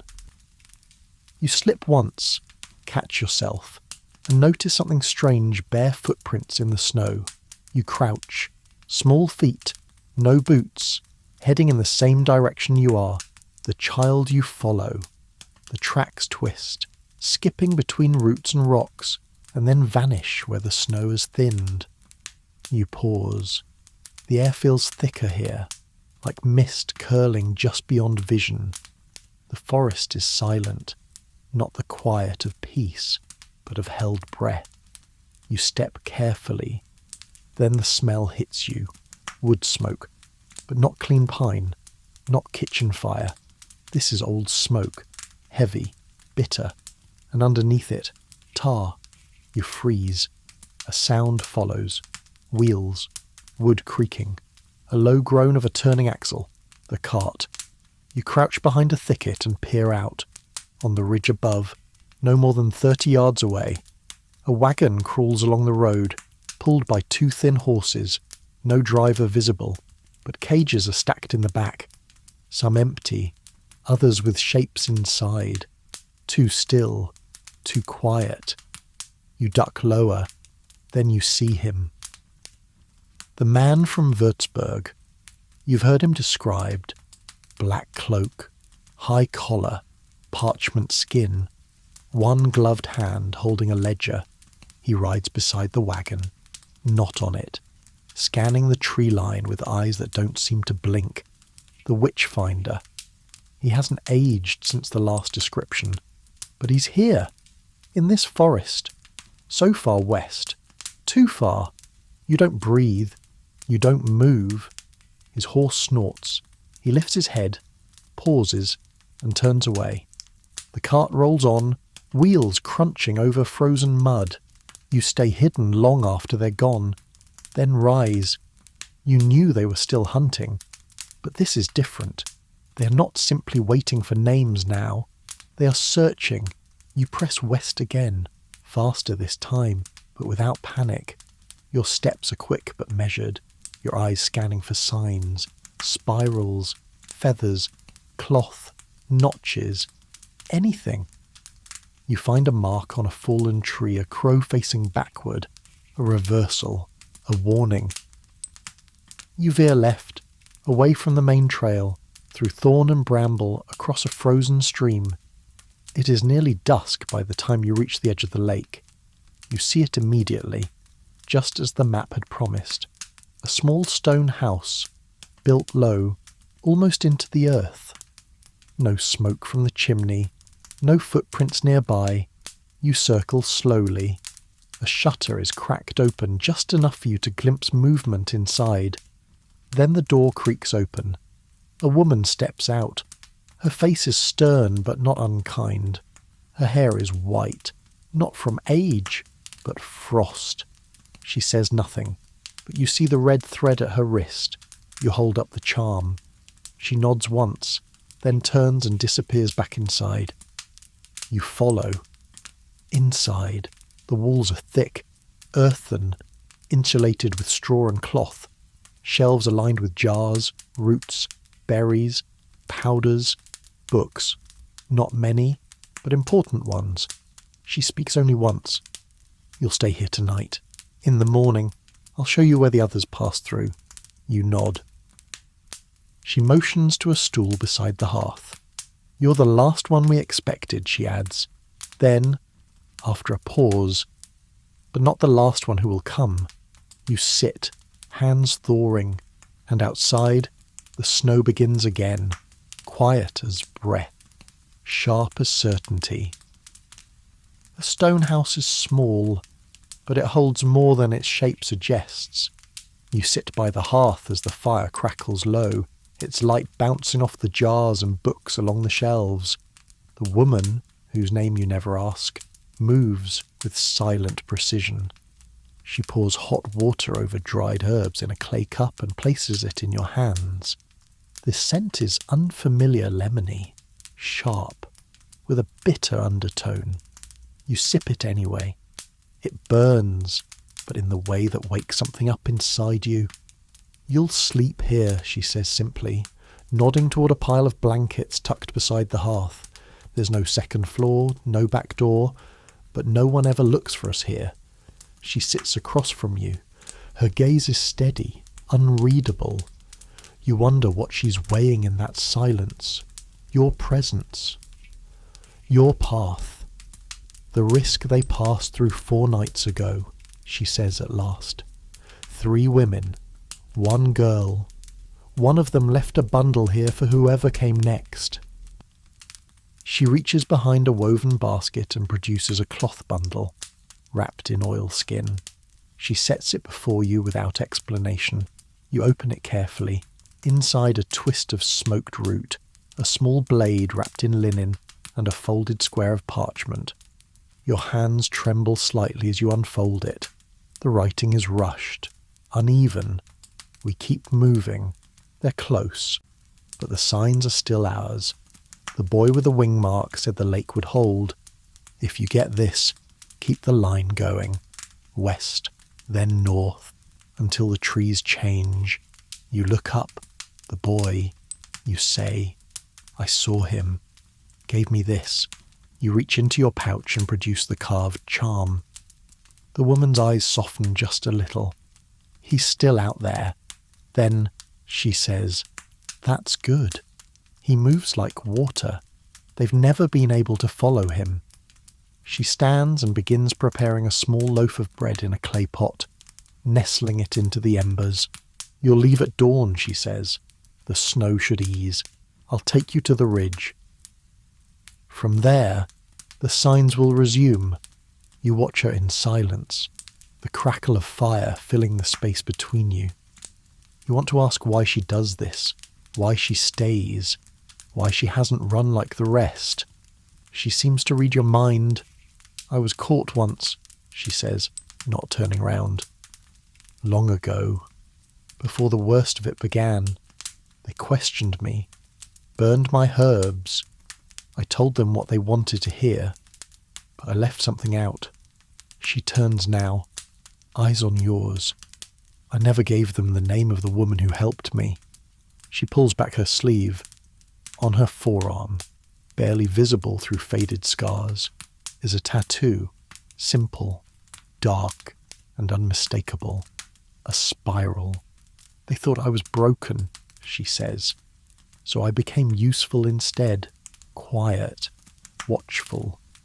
And when they forgot about me, I began building again. You sit with those words for a long while. The bread finishes baking. She splits it, gives you half, and eats with slow, quiet bites. No blessings are said. The fire is blessing enough. After, she rolls a thin mat out beside the hearth for herself. You settle under the blankets, staring up at the low ceiling, the soot-darkened beams, the flickering shadows. She speaks once more before sleep finds you. If you're caught, she says, say nothing. You nod. If they ask what you are, she trails off. Then tell them you're only walking. You let that echo inside you. Only walking, not witch, not healer, not traitor, Not cursed, only walking. You sleep deeply. Your dream returns. You are in a forest, but not this one. The trees are tall and straight and crowned with golden leaves. Women walk ahead of you, some barefoot, some cloaked, none looking back. Their hands brush the trunks as they pass. Each leaves behind a mark, a spiral, a circle, a wing. You walk beside them. You carry nothing. You need nothing. And behind you, the snow begins to melt. You wake to the scent of pine smoke and wet stone. The woman is already dressed, wrapping bread and dried mushrooms into a waxed pouch. Outside, the snow has slowed to a lazy drift. Thin flakes, spiralling gently in the still air. The world looks softer in the grey-blue dawn, muffled, cautious. Eat, she says, handing you a warm cup and the last half of last night's loaf. Then we go. You eat quickly, grateful. Your legs ache from so much walking, but your hands are steadier. You feel the old exhaustion shifting, giving way to something leaner, more patient, like a hunted animal that has survived enough to know where to step. She passes you a wool cloak, not thick, but well-oiled, the seams bound with twine and care. You'll give it to someone else when the time comes, she says. It's not a suggestion. You nod. The sun is barely more than a dull smear behind the clouds when you set off, weaving between stone and snowdrift, following her as she walks with the quiet ease of someone who knows the weight of every tree. The trail is not marked, at least not to the untrained eye. But you begin to see it now, the way the birch lean, the way the ground curves subtly toward shelter, the way certain rocks catch more snow than others. These are signs. They rely on roads, she murmurs. They think control means walls and corners. But we're older than roads, and we remember how to vanish. You walk in silence after that. An hour later, she stops at a cluster of tall stones. Not natural, old markers. Perhaps centuries old. So weathered they've forgotten what they were supposed to be. But in the space between them, the snow is packed tight, flattened by recent footsteps. These are the ridge stones, she says. From here, you walk alone again. You turn to face her. She doesn't offer a farewell. Instead, she unties a small pouch from her belt and places it in your palm. Inside a twist of black wool, a sliver of green glass, and a dried flower you can't name. She closes your fingers around it. Give that to the one with a blue ribbon at her throat, she says. You'll find her when the creek sings. Before you can ask, she's already turning back, cloak catching the wind. She does not look over her shoulder. You're alone again, but different now. You know what to look for. You press forward, passing between the ridge stones, stepping into deeper forest. The trees are older here, twisted, thick with moss and frost. It's quieter too, not silent, but watchful. Every few minutes, you spot another faint sign, 3 stones stacked on a stump. A feather pierced through bark, a line scratched into ice. Someone has passed here within days, maybe hours. You come to a place where the snow thins around the roots of a massive pine. You pause, noticing something strange, steam rising faintly from the base of the tree. You crouch. There, beneath the roots, a hole. A breath of warm air escapes from it. Earth-scented, old. You dig carefully, brushing snow and pine needles aside until you find a wooden panel, hinged. You lift it, inside a cavity, lined with straw, dry, safe. And inside that, a bundle. You lift it out, a coat, child-sized, lined in fur, carefully stitched, tucked inside its collar. A folded note written in tiny, precise script. She got out, north through the pass. You're close now. Look for the silver thread. You fold the coat and rebury the cache, closing the panel gently. You dust the snow back into place.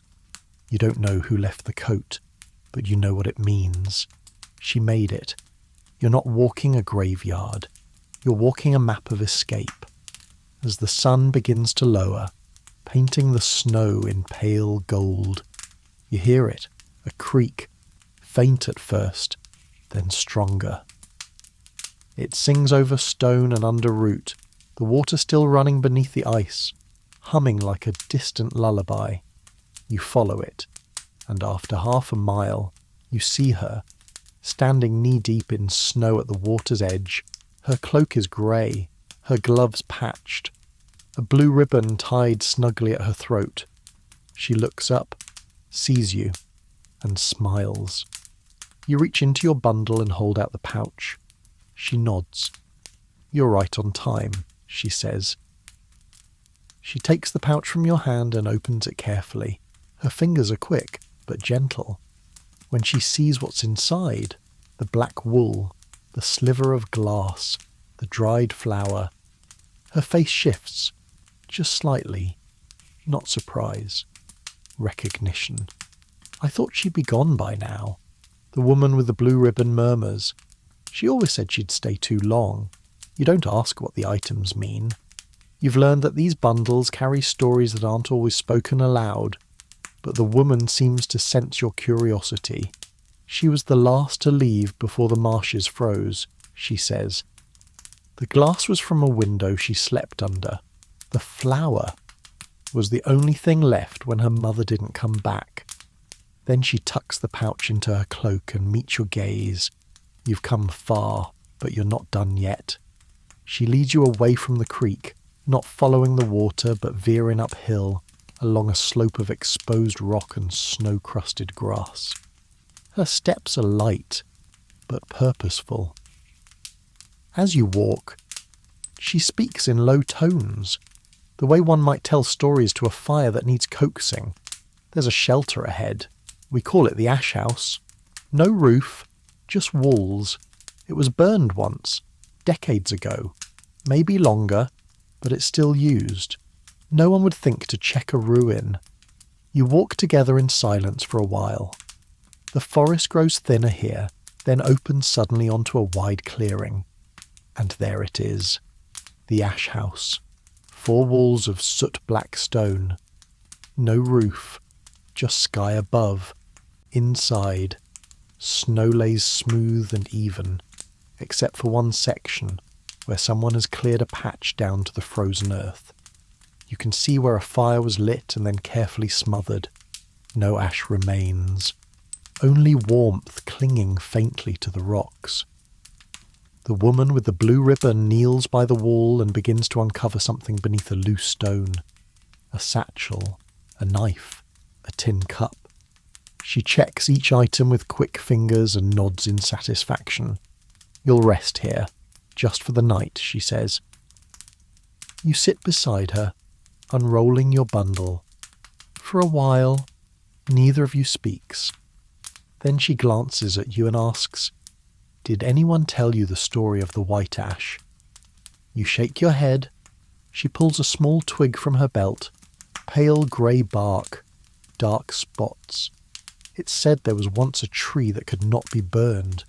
They tried, again and again, but its wood held no flame.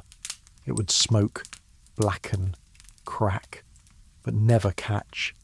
She places the twig in your palm.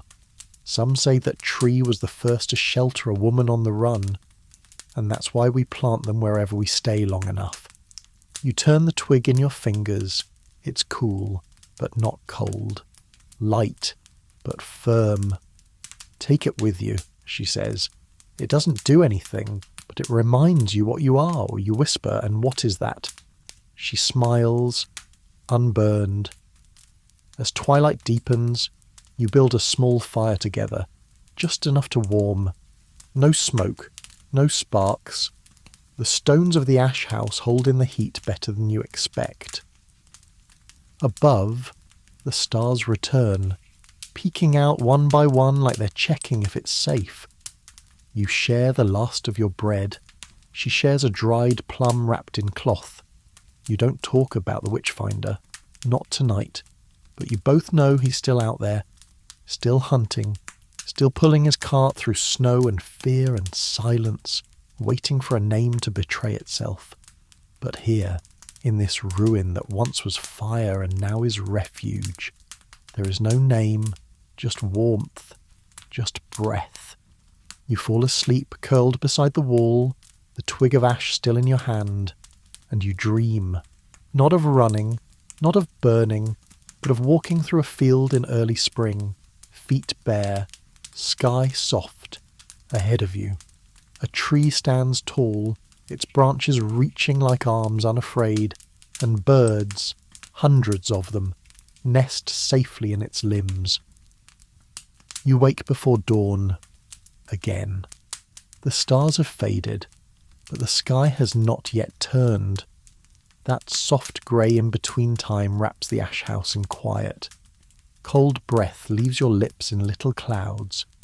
The woman with the blue ribbon is already awake, kneeling by the fire pit, scattering pine needles across the stones to mask your presence. You help without being asked. When it's done, she hands you a folded piece of cloth. Inside a square of dried cheese, 2 thin slices of root, and a pebble, smooth, warm from her pocket, wrapped in wool. For your hand, she says. From the time you fell, you'd forgotten the scrape. The sting is mostly gone now, but you take the pebble. She fastens her cloak, and before you can speak, she says, "We part here. You'll go on alone from the ravine.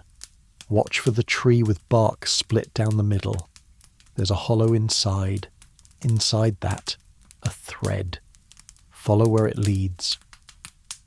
Then she pulls her hood over her ribbon and vanishes into the trees with the practiced silence of someone who has done this 100 times. You stand alone in the ash house, the snow whispering gently through the empty window frames above you. The pebble in your pocket is warm. You leave. The forest is shifting now. It has changed in tone, less dense, less heavy, more open. The light filters through branches that no longer lean inward, but reach upward, almost hopeful. You find the ravine within the hour, a sharp, frozen dip in the land with a narrow trail carved through rock. You descend carefully, boots sliding. Ice coats the stone walls, glimmering like glass. And there, at the far end, you see it. A tree with bark split cleanly down the middle, almost as if by lightning. At its base, a hollow large enough for your hand. Inside a piece of red thread, thin, silk-like, tied to a root and trailing across the frozen ground. You take it, wrap it once around your wrist, and follow where it leads. The thread weaves between branches and stones, looped gently like breadcrumbs left by someone cautious but kind. It disappears briefly beneath snowdrifts, then reappears on the other side, wound around low twigs, or tucked into hollows. You follow it for what feels like hours, and then, at last, it ends. At the base of a slope, beneath a wide tree scarred by age, the thread disappears into the snow, and in its place, a stone cairn, carefully stacked, flat rocks balanced with patience, on top a feather, not black, this time white. You step closer. There's something tucked beneath the top stone. You lift it gently. A message, written in tidy script on stiff parchment. If you've made it here, you're almost through. The pass lies just beyond the ridge. Wait until dusk. There's still light in the snow, but there are fewer shadows when the sun is low. You sit beside the cairn, resting your back against the tree. Snow continues to fall, soft and steady. You drink from your flask, eat one slice of root, and wait. The sun arcs slowly behind cloud-filtered sky. Shadows lengthen, wind picks up, and when the sky turns that faint lavender of late winter dusk, you rise, climb the ridge, and there it is. The pass, a narrow cleft between two hills, opening into a valley that glows gold beneath the last light of day. No tracks, no signs, just open space and the possibility of distance. You stand there for a moment, your breath held, the wind tugging at your cloak, the charm from the boy still in your pocket, the book from Marta still wrapped against your ribs. The witchfinder does not know this place. His maps do not mark it. His fire cannot reach it. You take your first step over the threshold, and you are not hunted anymore. The pass closes behind you like a door with no sound. Once you step into the valley, the wind changes, softer, warming, even if only slightly. The trees are different here, taller, spaced wider, as if they were never forced to grow in defence. No thorns, no tangle of roots. The land breathes freely, and so do you.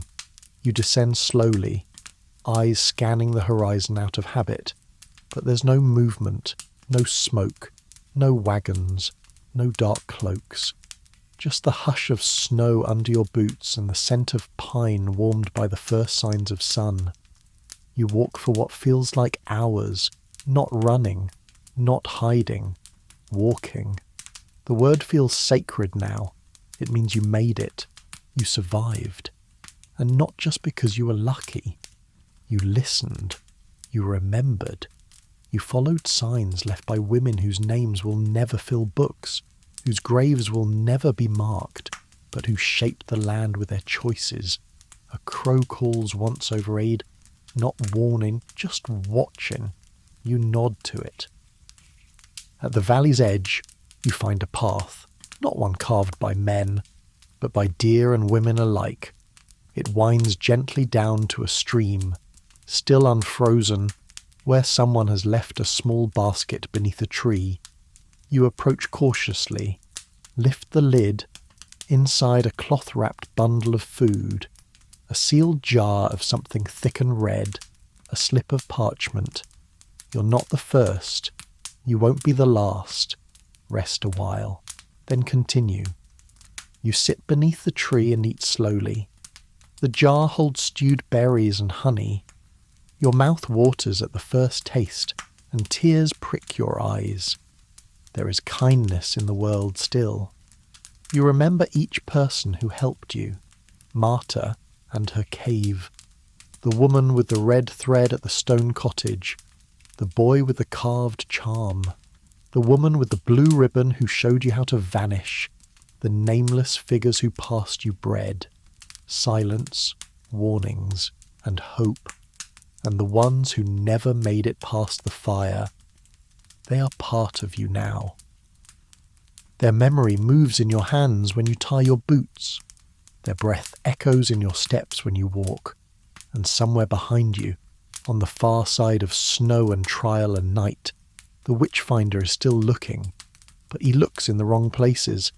He looks for anger, for defiance, for spectacle. He does not know what you've become. You are not fire. You are not ash. You are root, thread, stone. The ones like you do not burn. They walk. And when they can't walk anymore, they leave signs for others. You rise. Rewrap the bundle. Add something small of your own, the white feather. It will mean something to whoever finds it next. The sun now leans low behind the trees, lighting the path ahead with long gold shadows. It glows on the stream, on the moss-covered stones, on the carved spiral you leave, soft, shallow, at the base of the tree. The story is not finished, but this chapter ends here. You step into the light and walk on. You walk until the snow grows thin, until the trees grow few, until even the birds fall silent only from contentment now, not warning. The world softens around you. Each breath becomes slower. Each step becomes lighter. The past days blur gently behind you, not from forgetting, but from peace. You carry them still, the weight of the cold, the kindness of strangers, the firelight, the whispers, the feathered signs in the trees. All of it is yours now. You're part of something larger than memory, part of a story still being written in root systems and carved stones. The wind quiets. You stop near a hollow where a tree leans just slightly over a patch of moss, warmed by some secret source. You lie down, not to hide, not to listen, but simply to rest. The book presses gently against your ribs. The carved charm is still in your pocket. You close your eyes, and the forest keeps watch. Somewhere far behind you, another girl barefoot, shawl clutched tight, has just fled her village. She doesn't know it yet, but you've cleared her path, and someone, somewhere ahead of you, waits with a bundle, a flame, and a name they will not ask. You'll keep walking soon, but not yet, not tonight. Tonight. The snow hums softly in the needles. The birds nest deep in the boughs, and you, no longer hunted, drift gently into sleep, and maybe, in some way, your quiet steps across that moonlit valley will carry forward, with others, across time into rest.